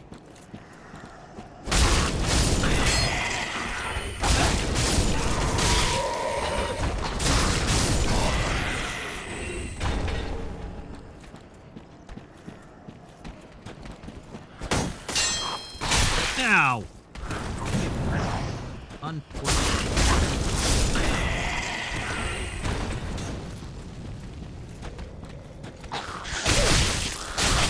Oh my god. Brutal. I was even guarding. I don't know how he hit me.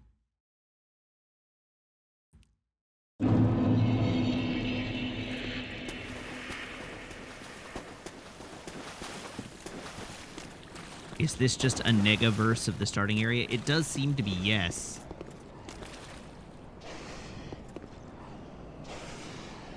I hadn't quite pieced that together until right now, but yes, that does seem to be the case.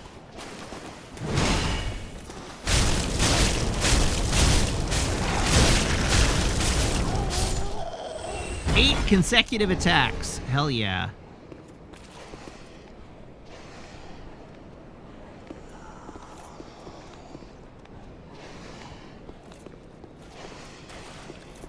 Did I check on my crystal lizard friend? I did.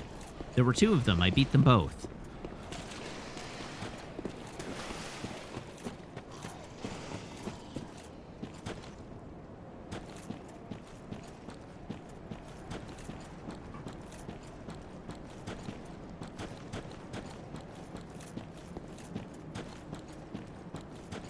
I guess that's why the markers were saying, could this be a bonfire? Because they were expecting there to be a bonfire up here.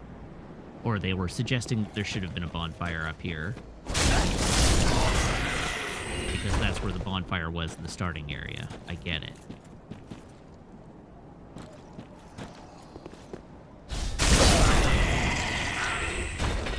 Thank you.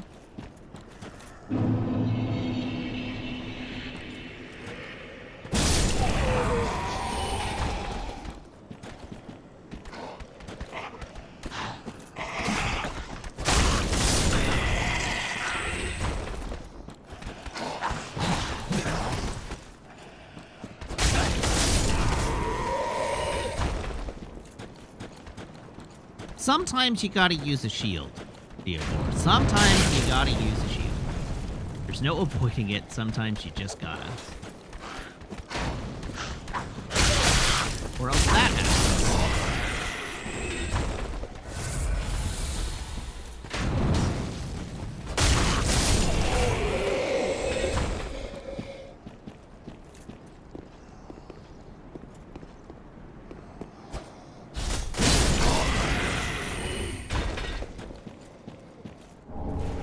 A hidden blessing.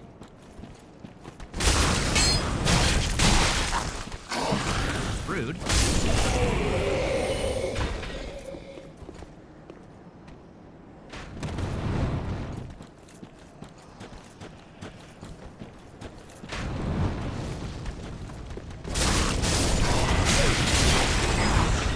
What the hell?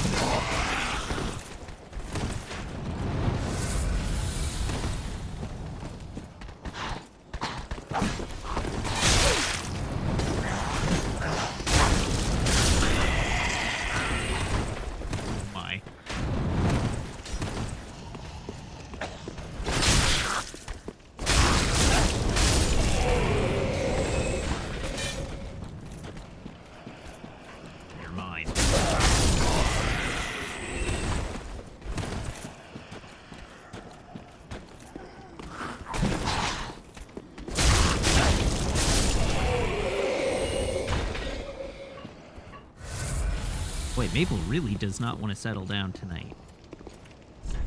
Seems familiar ahead. Oh no.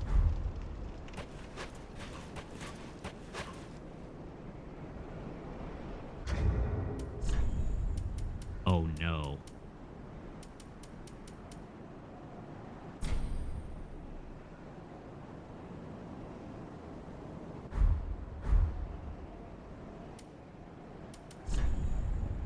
$43.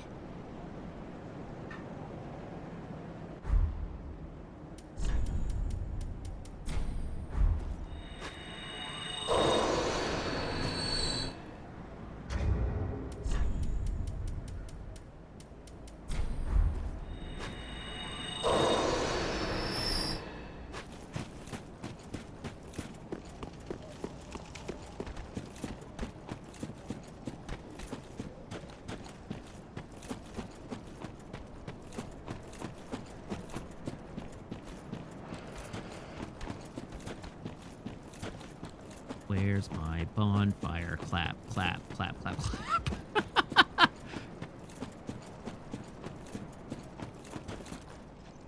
She really doesn't want to settle. Oh, well that was...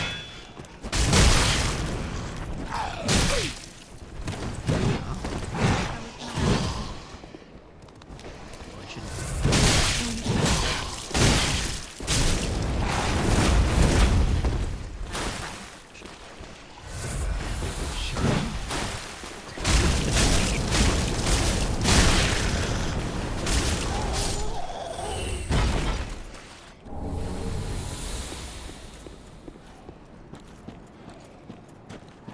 Alright, some spicy doggos.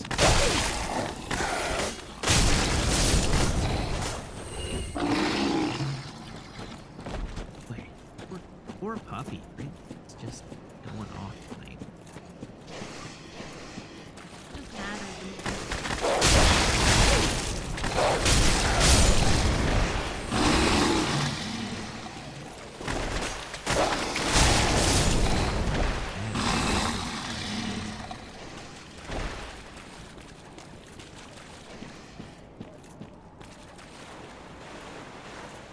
Alright, surely these guys didn't come back, right?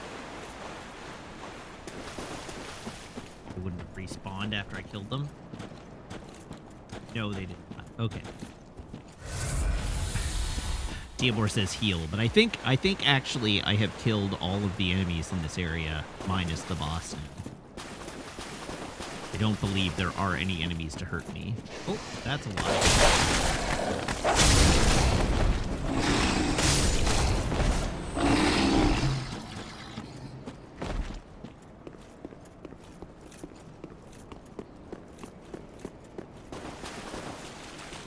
Have you all met my petard?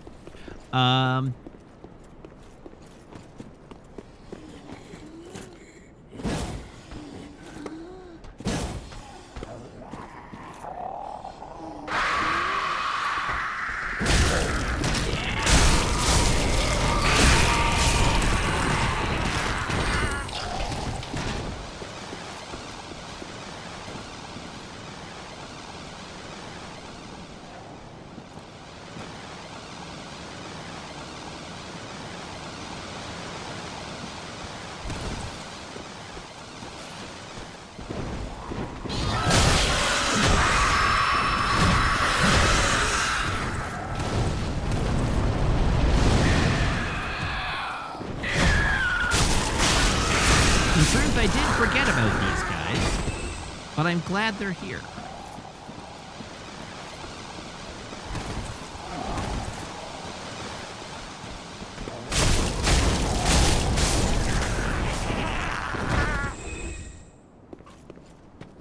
There we go.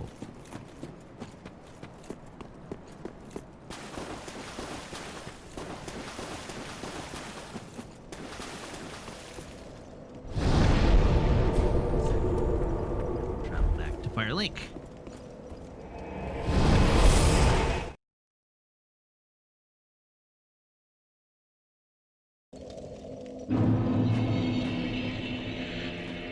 And maybe, just maybe, I have some things I can sell.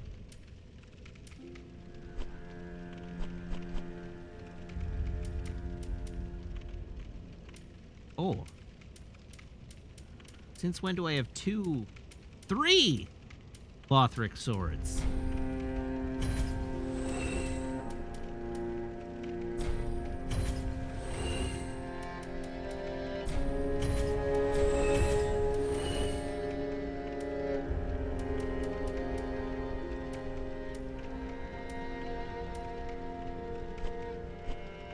Nice, nice, nice.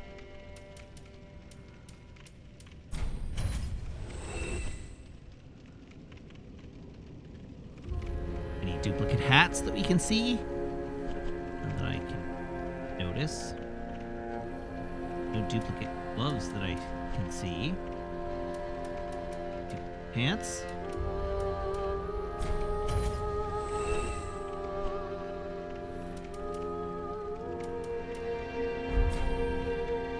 Ashen one. Oh, that was... Yes, excellent. Welcome home. Just speak. enough. Very well, then taken.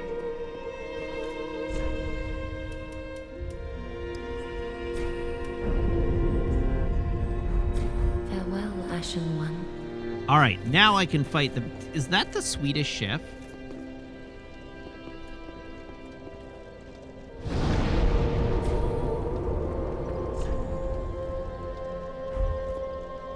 All right, let's go fight Big Stupid and see how it goes.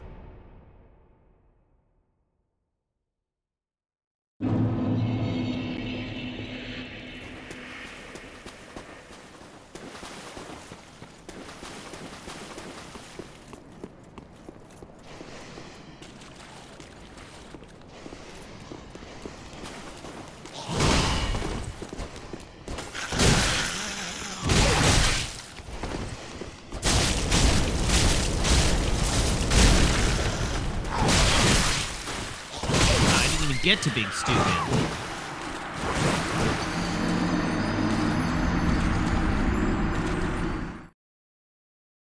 So what boss am I about to go up against here?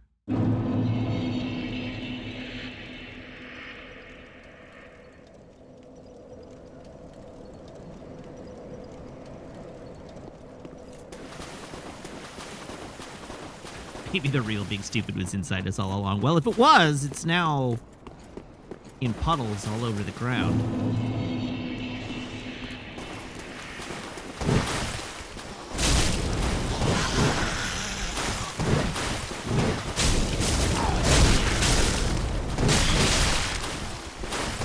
Could you not?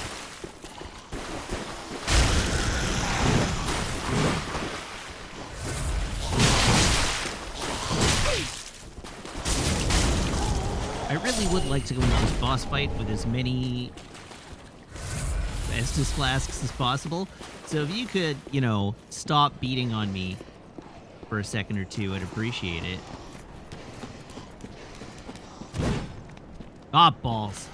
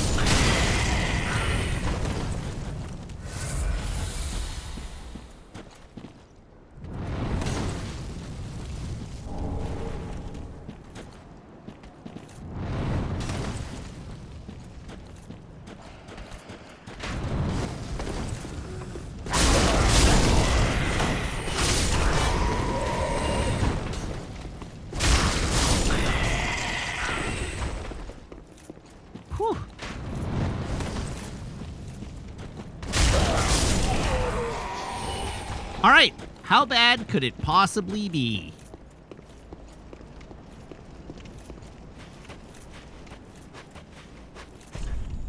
Demon ahead.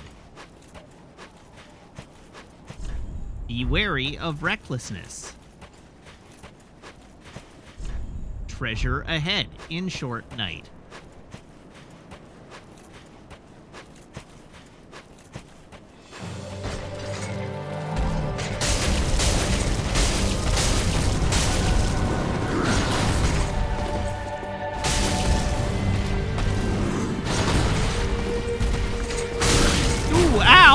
Okay, he doesn't like it when I'm behind him.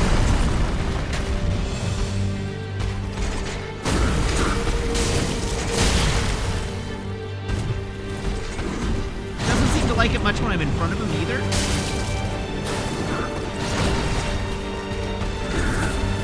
Ugh. Ooh, I dodged! How on earth?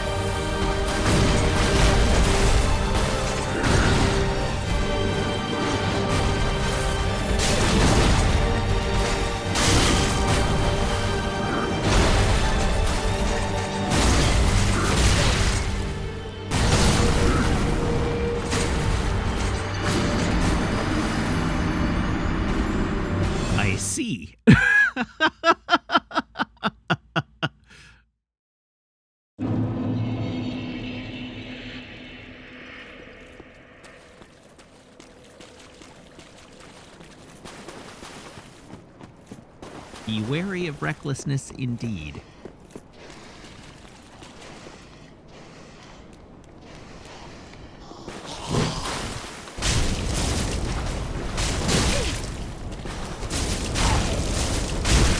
As we all know, I am never one to be reckless. Never, ever.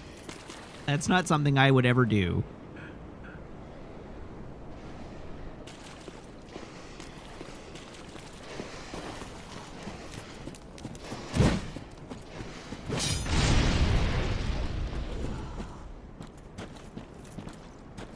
Oh god, it's still chasing me.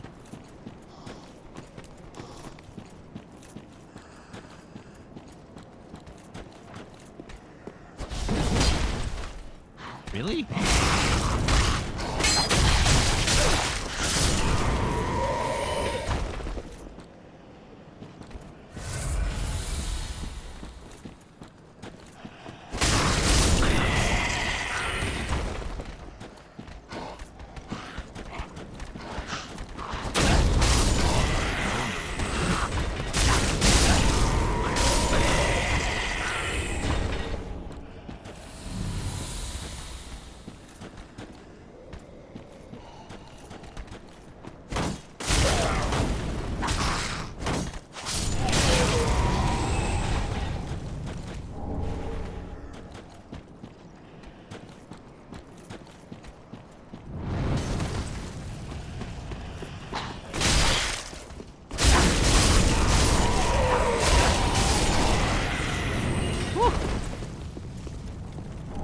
Oh, there is a boss door now. Okay, cool.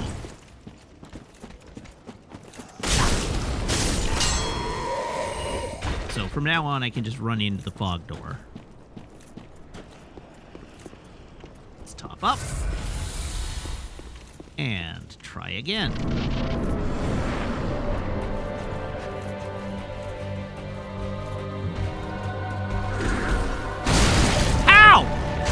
I was beside him! What the hell? Wait, why can't I pick up my souls?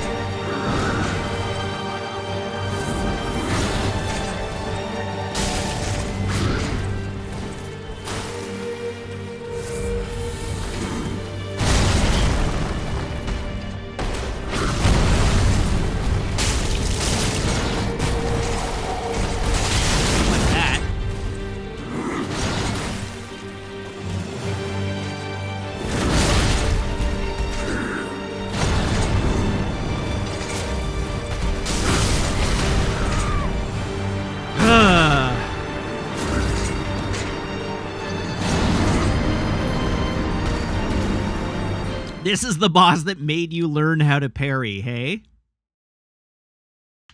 All right, first question. Are all of his attacks parryable?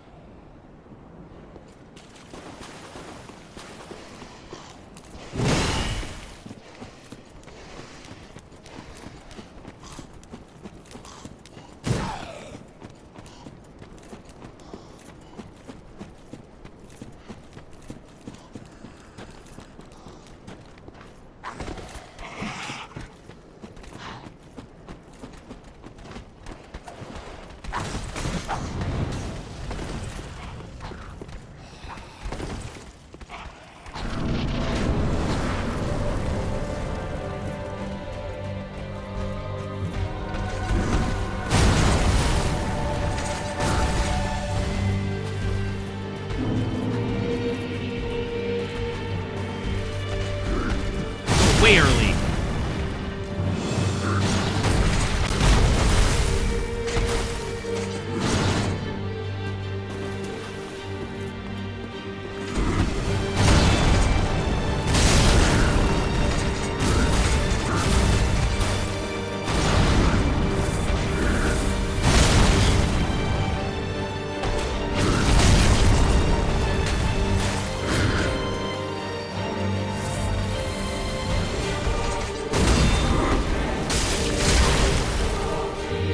Okay, it looked like I did parry there.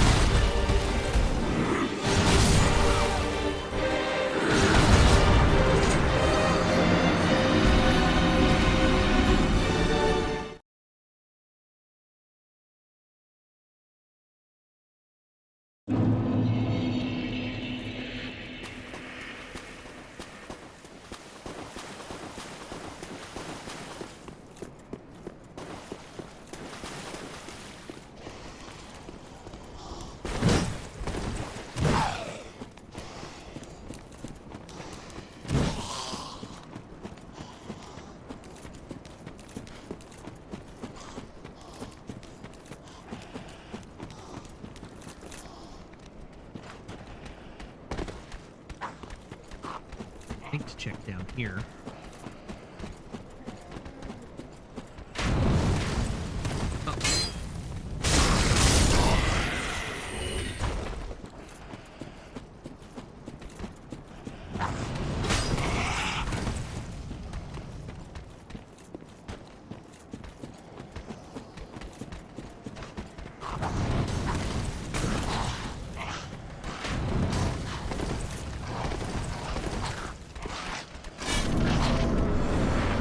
All right, here we go again.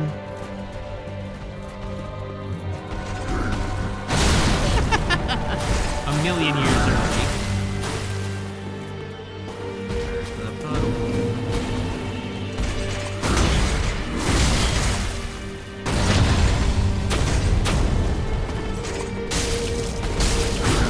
Okay, so we learned a thing.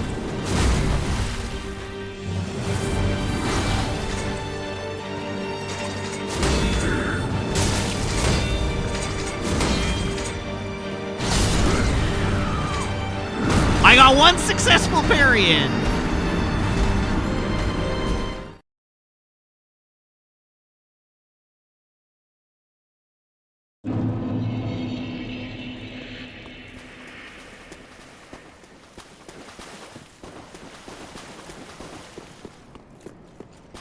Now we have to learn how to make that repeatable.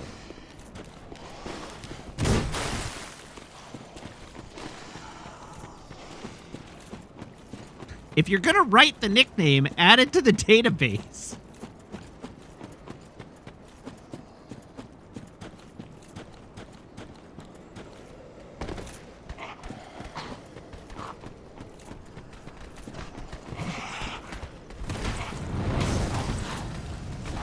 It is not complicated. All you have to do is type !adnick before writing out the nickname.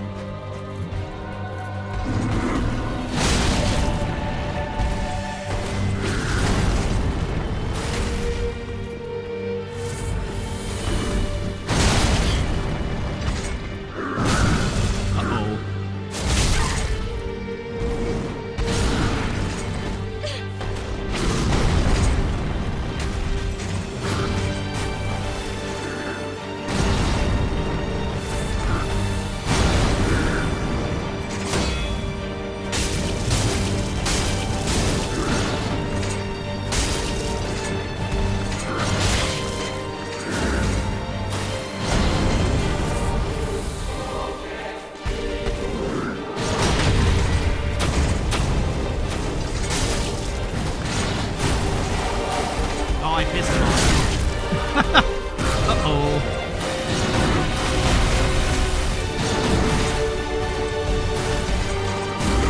Can I have a heal?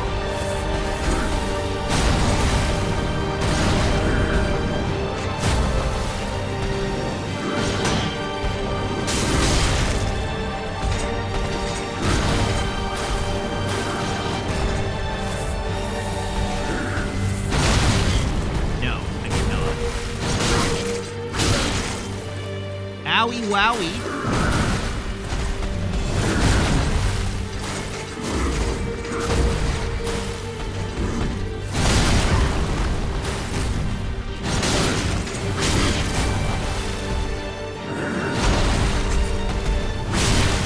Come on!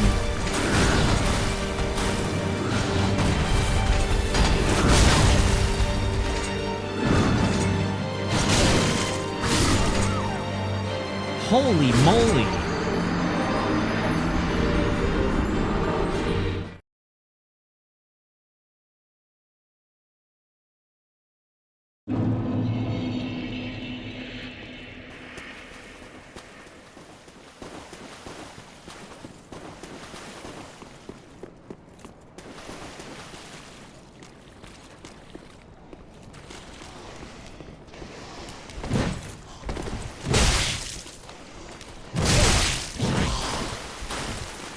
Back to the bonfire with me.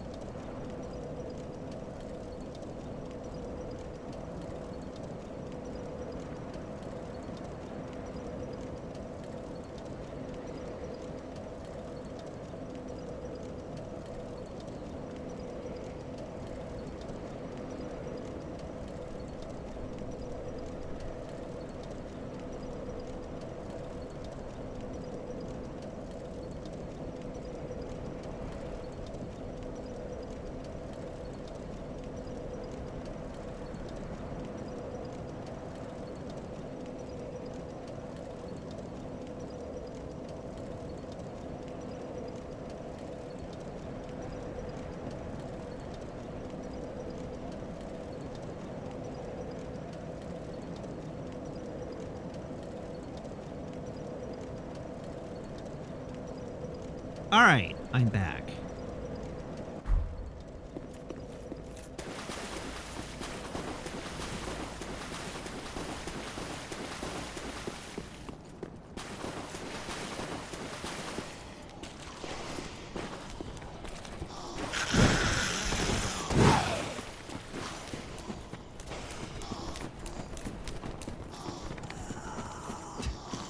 Zafty, what do you mean we learned where it's from and we don't use it? I'm still going to use that GIF.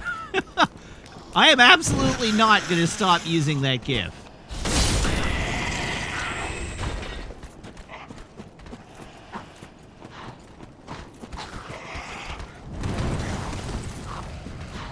That just wasn't a Screams Externally moment.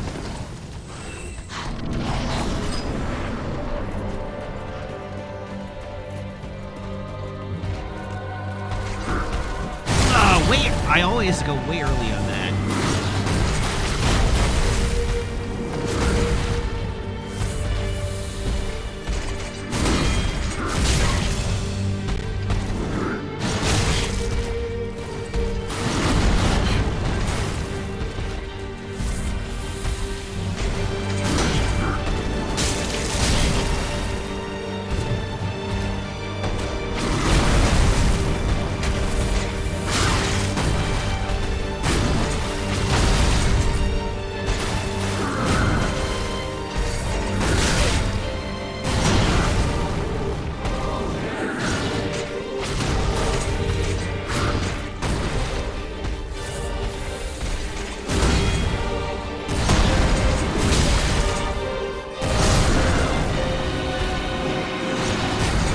I didn't successfully parry a single attack there.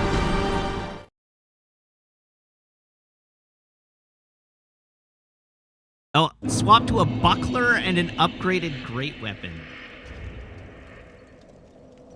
Well, fair enough. Regular shields have like 4 parry frames.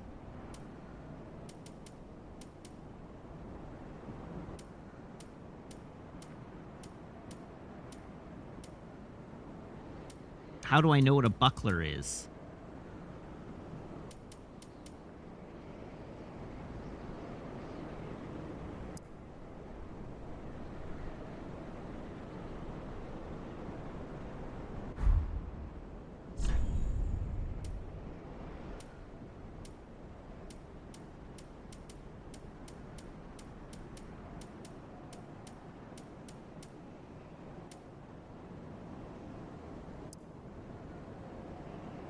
It's literally called buckler.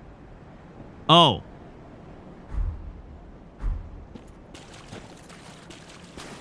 I thought it was a type of shield.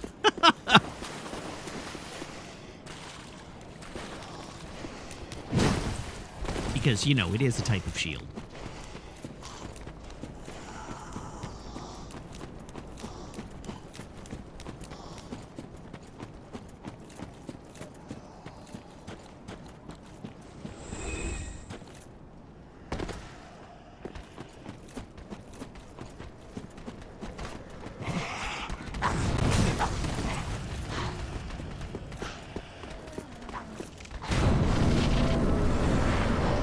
Well, I can always try and track one down at some point.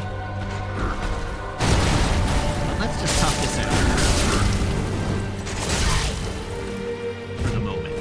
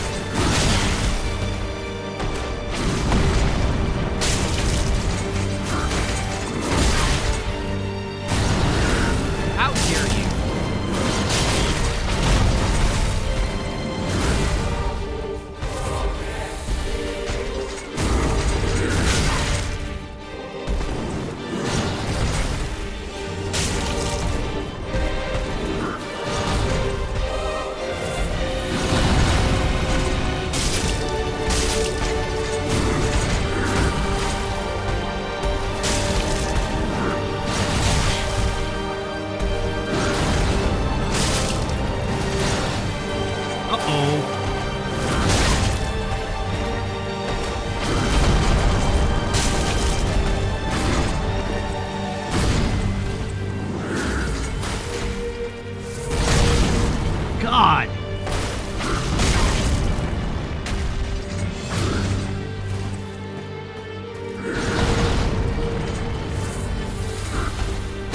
Come on!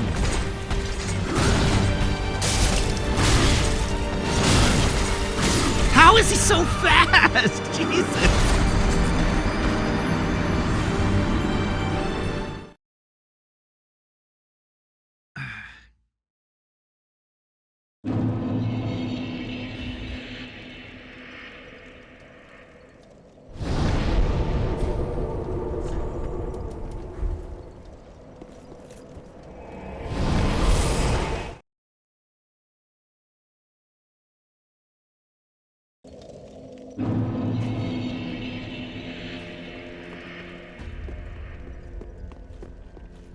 Ah, well.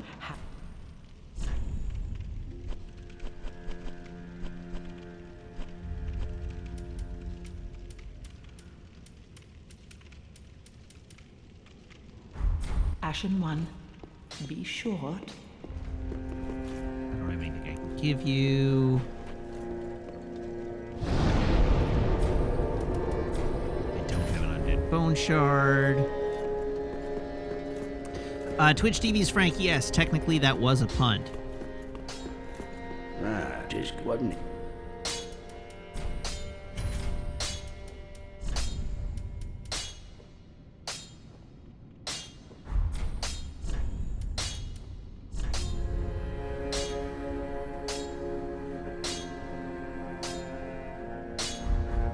Dorothy, be careful.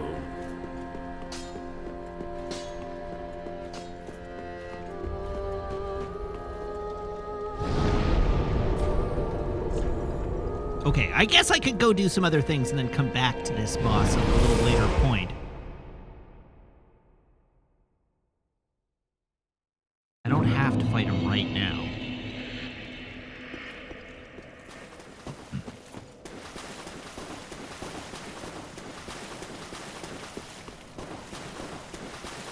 Well, I just tried to buy a buckler, and I don't have one available. I'm sure we could find one somewhere.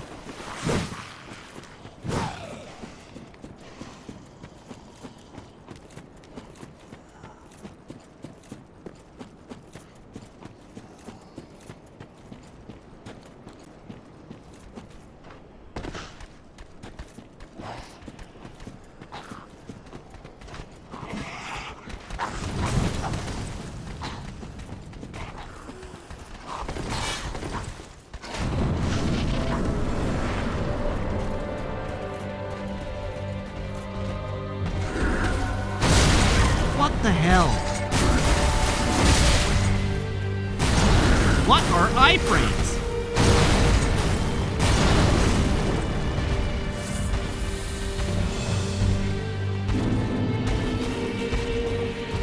Oh, it wasn't a punch.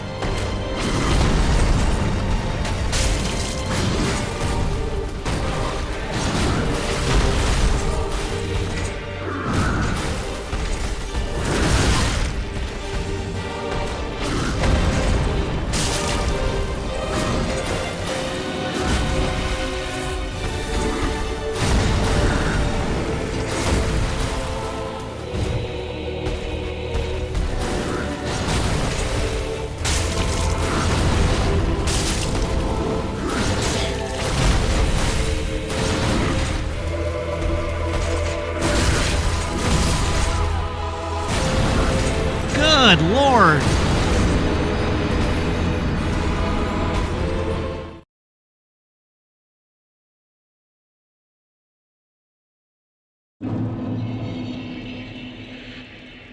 Well, that was better. That was more progress.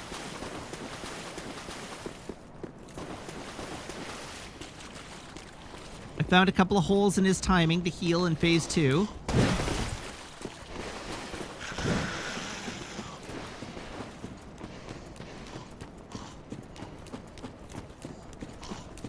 Be wary of recklessness does seem like the appropriate strategy.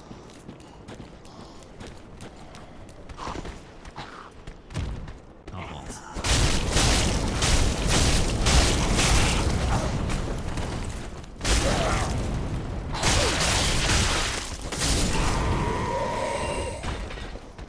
How dare you?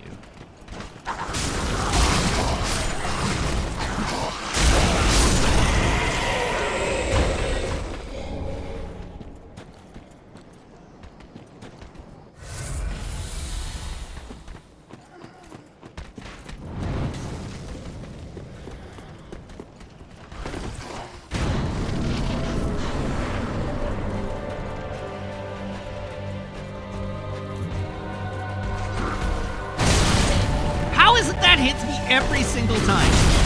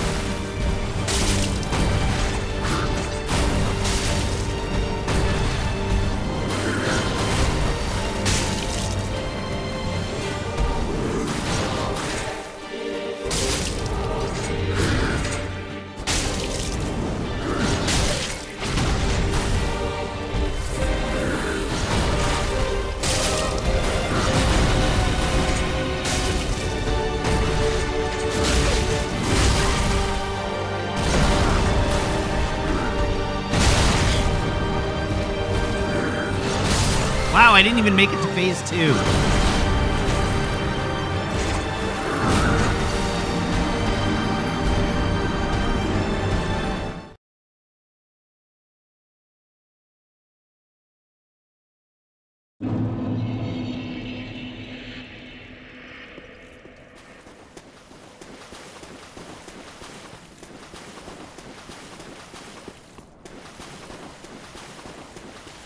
Maybe I come back and fight this boss later.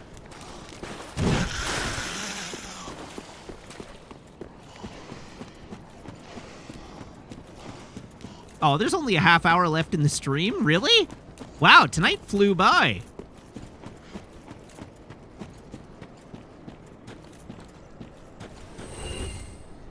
I could just farm the guys outside, but it's definitely not worth it. I could farm better elsewhere.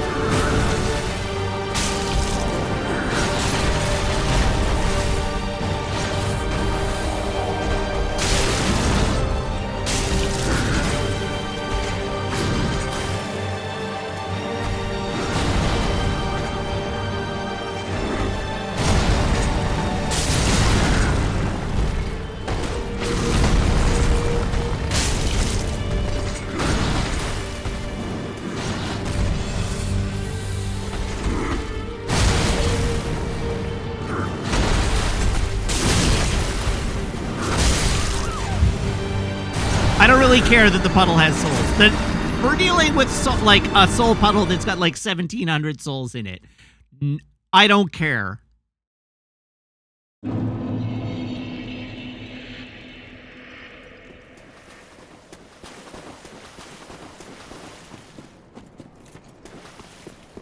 I'm trying to win this fight.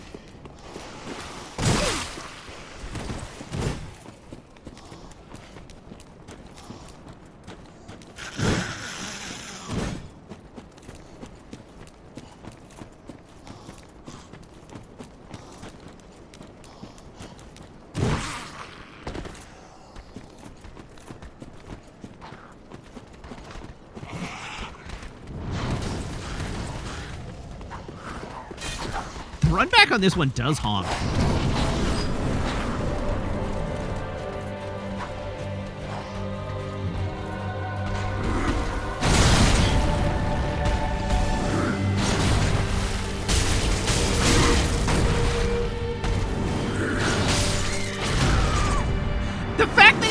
past me mid-dodge roll really grinds my gears.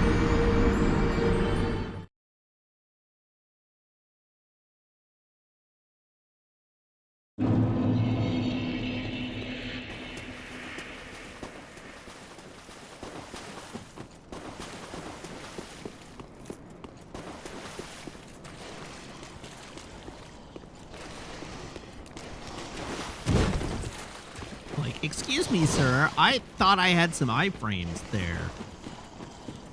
How did you knock off half my health bar?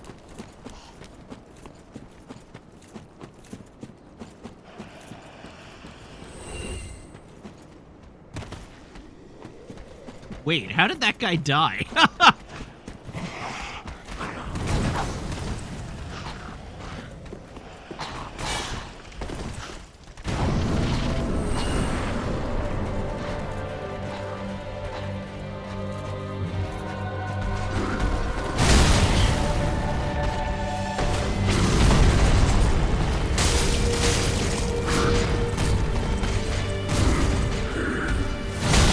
Ow.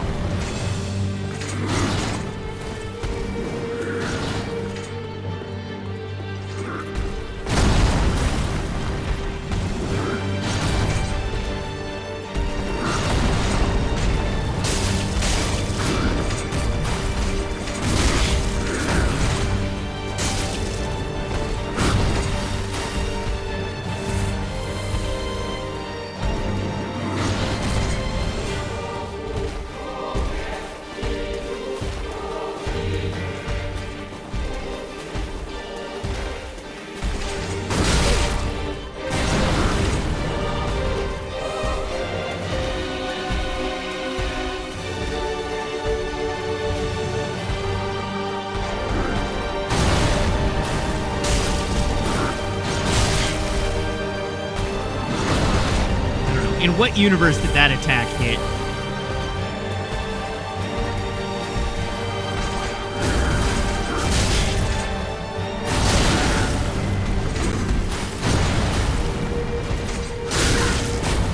Unreal.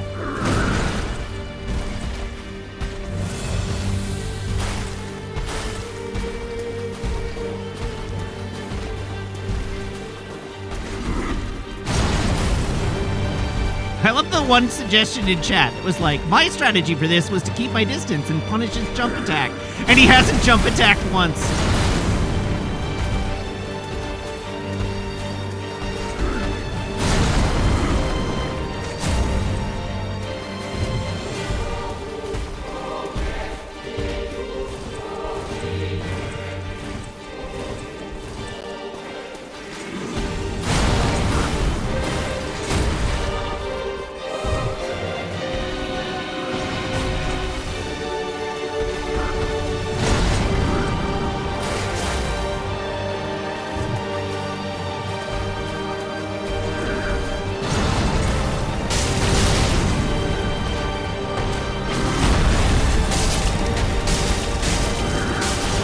I got an extra attack there that I didn't mean to.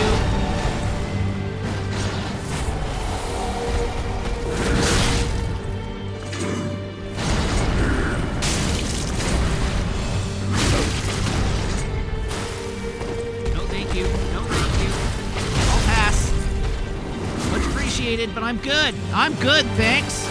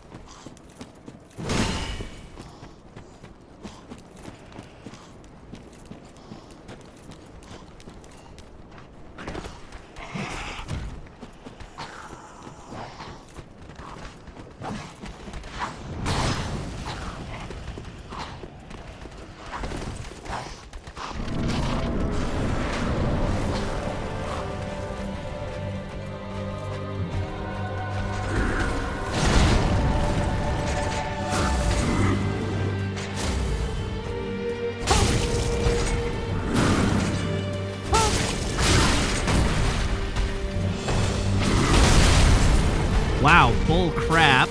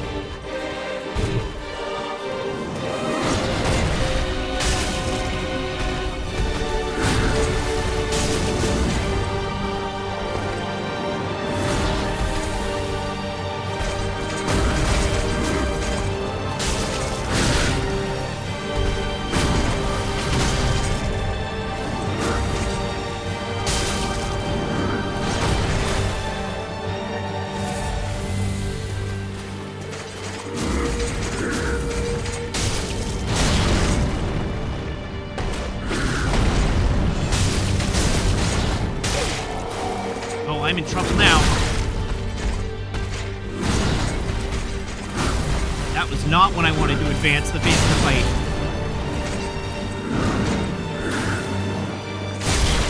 What the hell?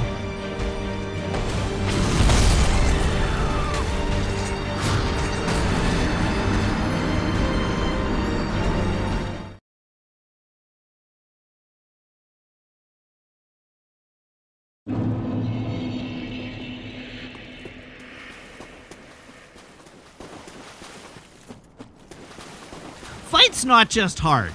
The fight is not just hard. The fight is kind of unfair. In a lot of ways. Like, it's not just hard.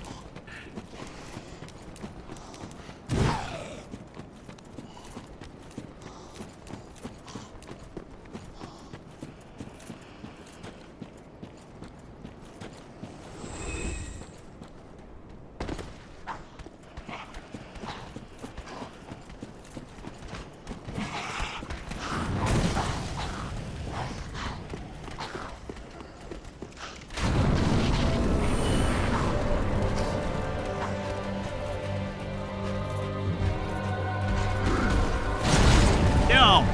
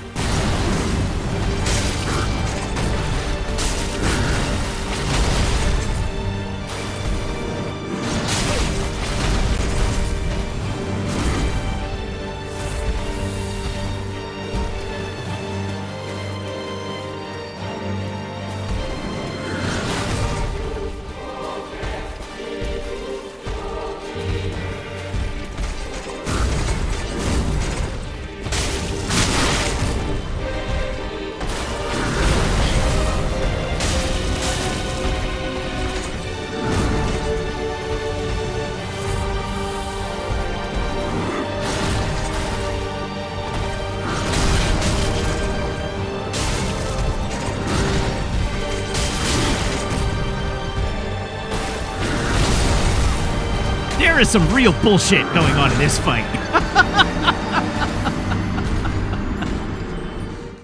Holy.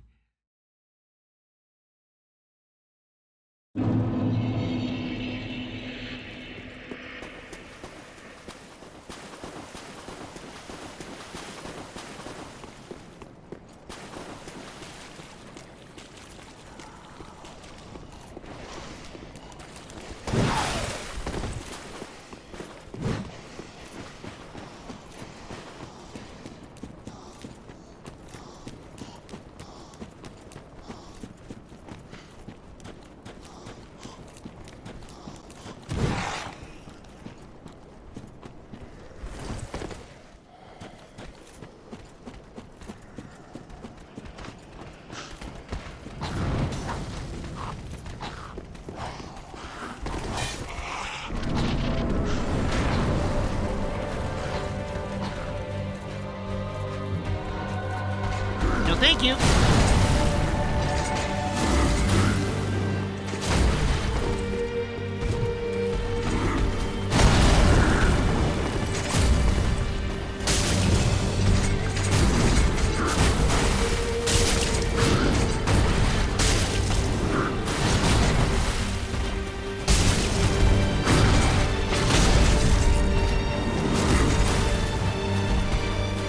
Screw you and the hip check you rode in on.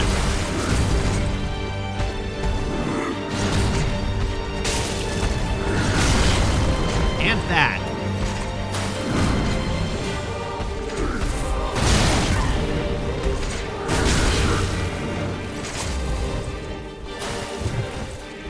Love to get punished for a heal so completely that I end up with less health than I had before I started it.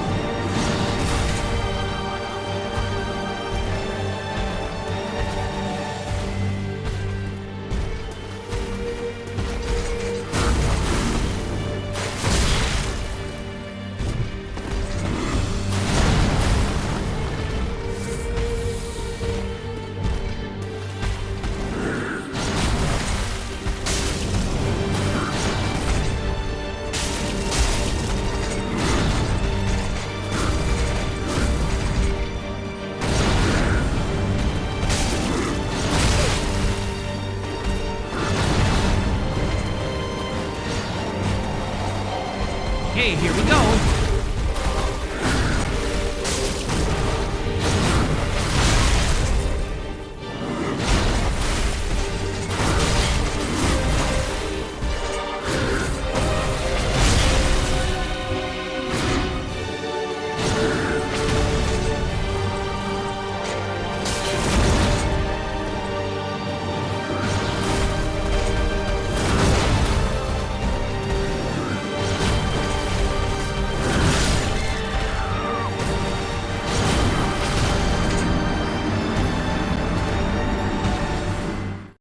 This is the worst. This is just terrible.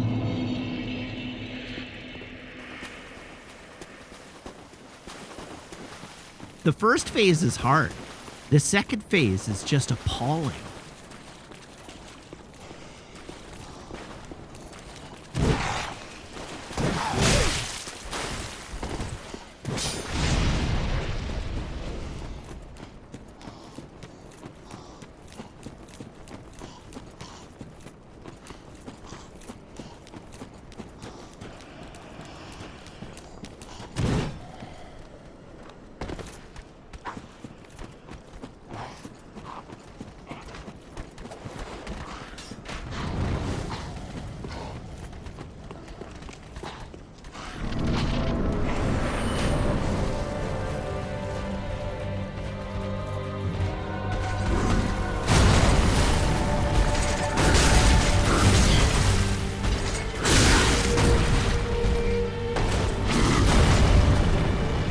The worst part of this is I'm soft capped on stamina. I'm still running my stamina meter out constantly.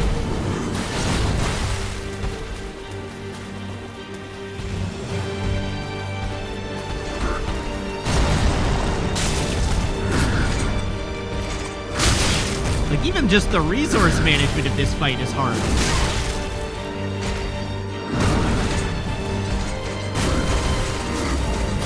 Don't mind me, just gotta dodge roll 7 times before I can get a hit in.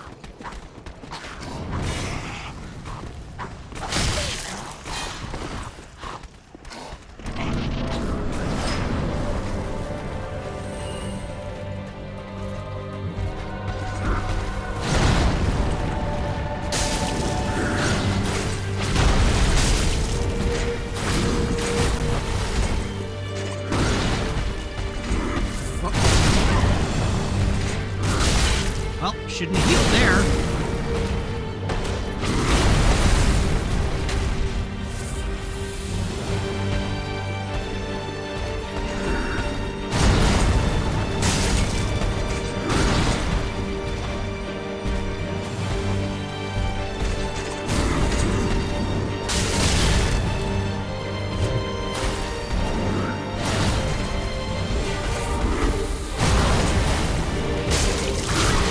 Dear me, please stop double rolling.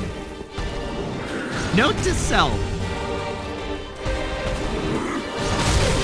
I want only roll one time. Thank you.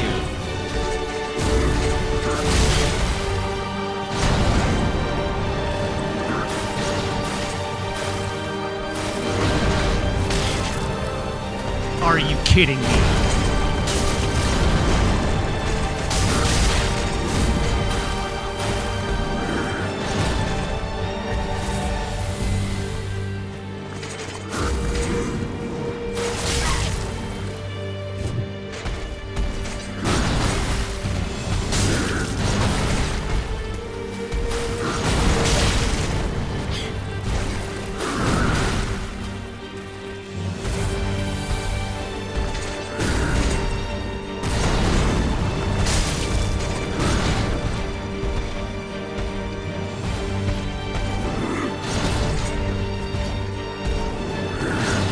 God, I keep missing him with swings.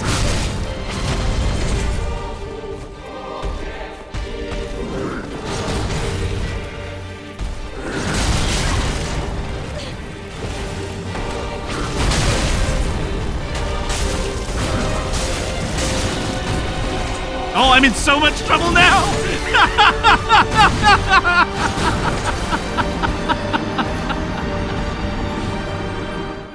Why did I push him to phase 2 with only a tick of health left in my own health bar? Terrible idea.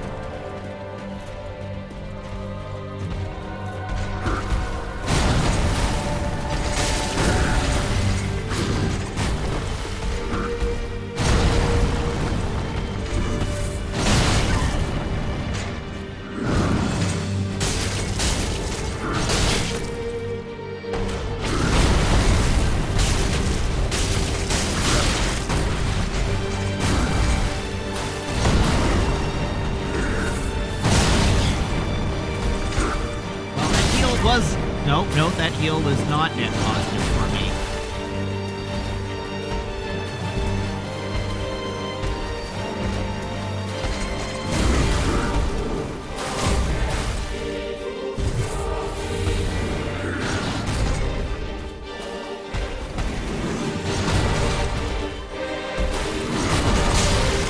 God almighty. This sucks.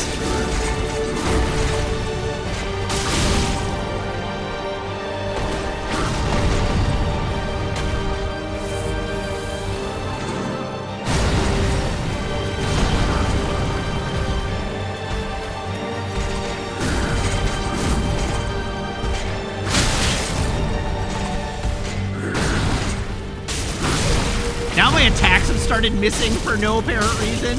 Gotta love that.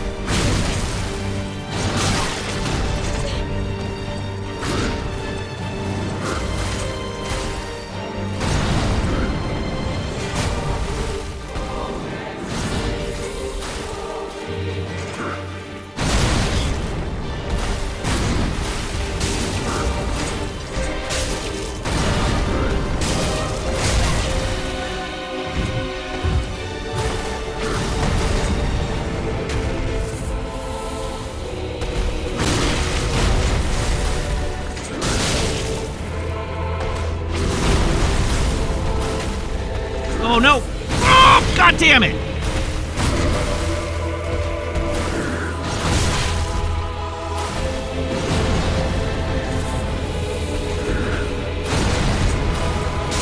Please stop double rolling.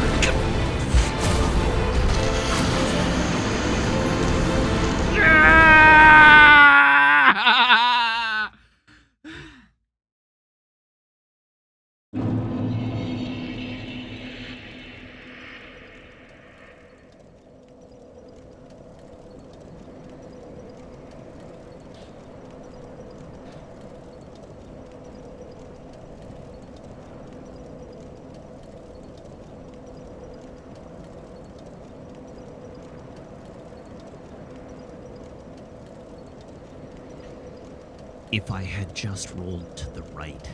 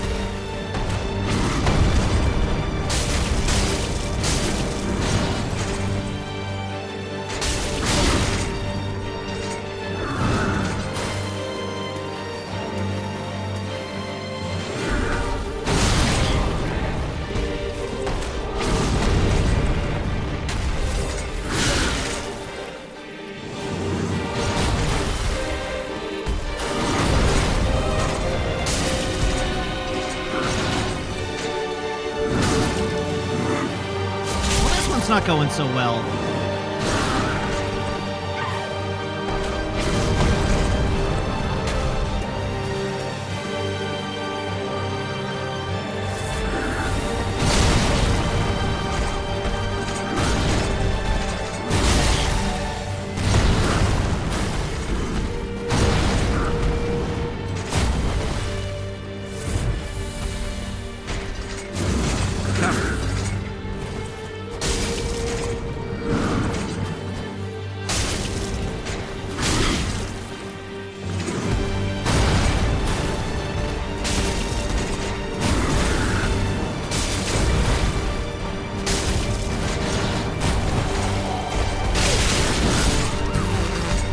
Okay.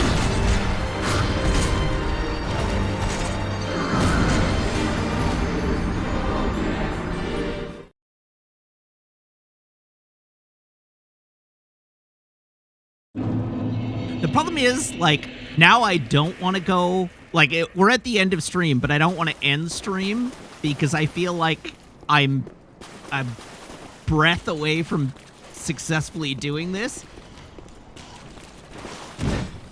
But at the same time, and I know that I'll have to get back into the swing of it if I come back on Tuesday.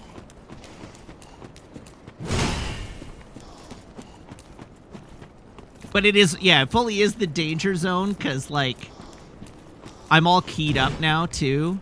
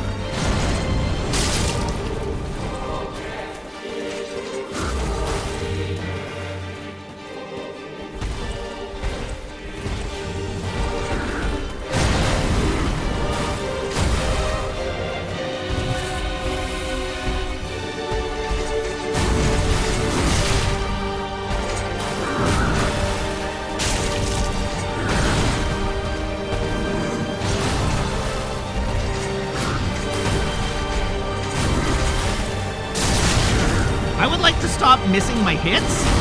Quite a lot, actually.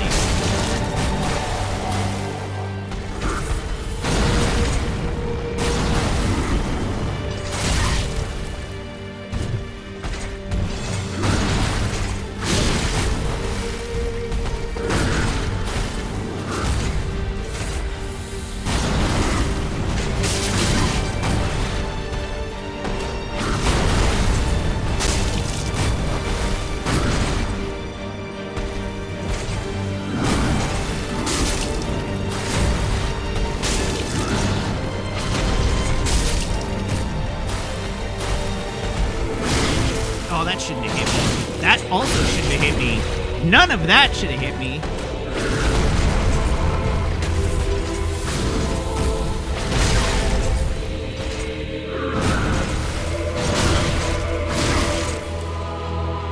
Wow, screw this guy.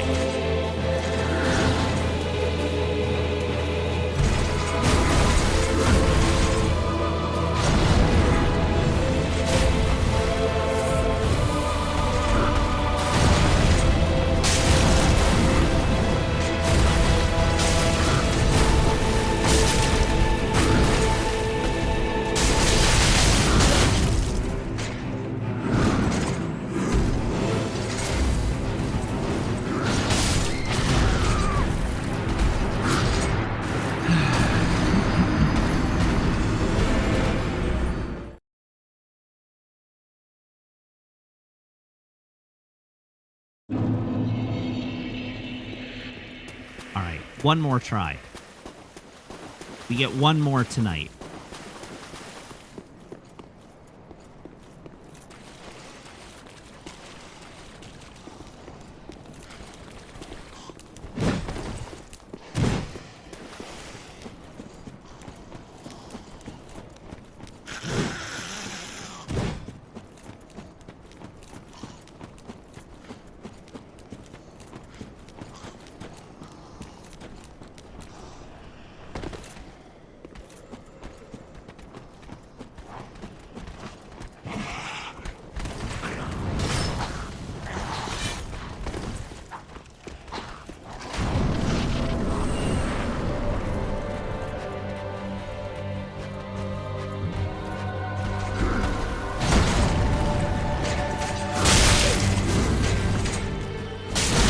I did the double dodge again, like an idiot.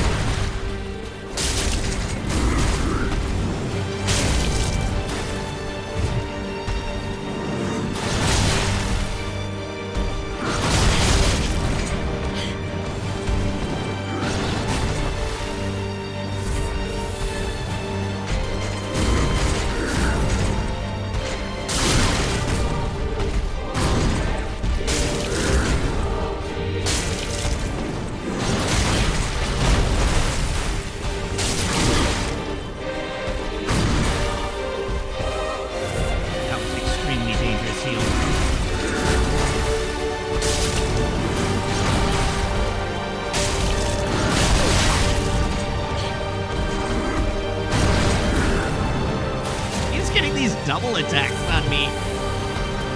No good.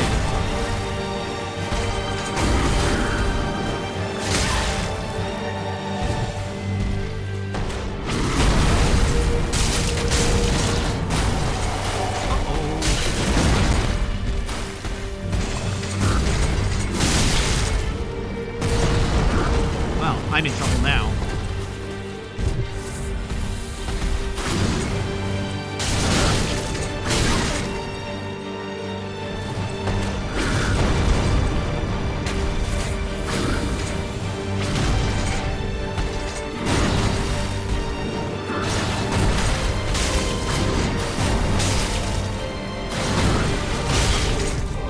I lost my targeting on him. Wow, okay. All right. Well, I did say that was going to be the last attempt for tonight, and I'm keeping up my end of the bargain. That is the last of the attempt for the night. So thank you very much, everybody, for tuning in. Thank you to everybody who subscribes, everybody who follows, everybody who cheers, everybody who chats, and everybody who hangs out and lurks.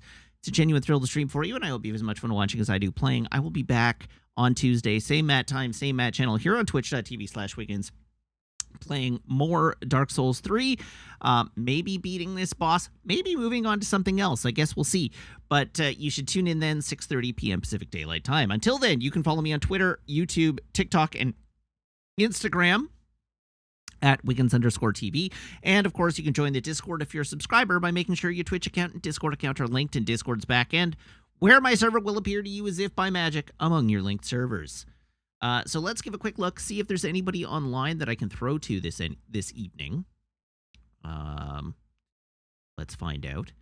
Let us throw to Funko this evening, who is playing Midnight Suns. And, yeah, I just need to find the button. There we go. There's the button. All right, that's going to be it for me for this evening. Thank you very much, everybody, for tuning in. Have a great night. So long, and goodbye.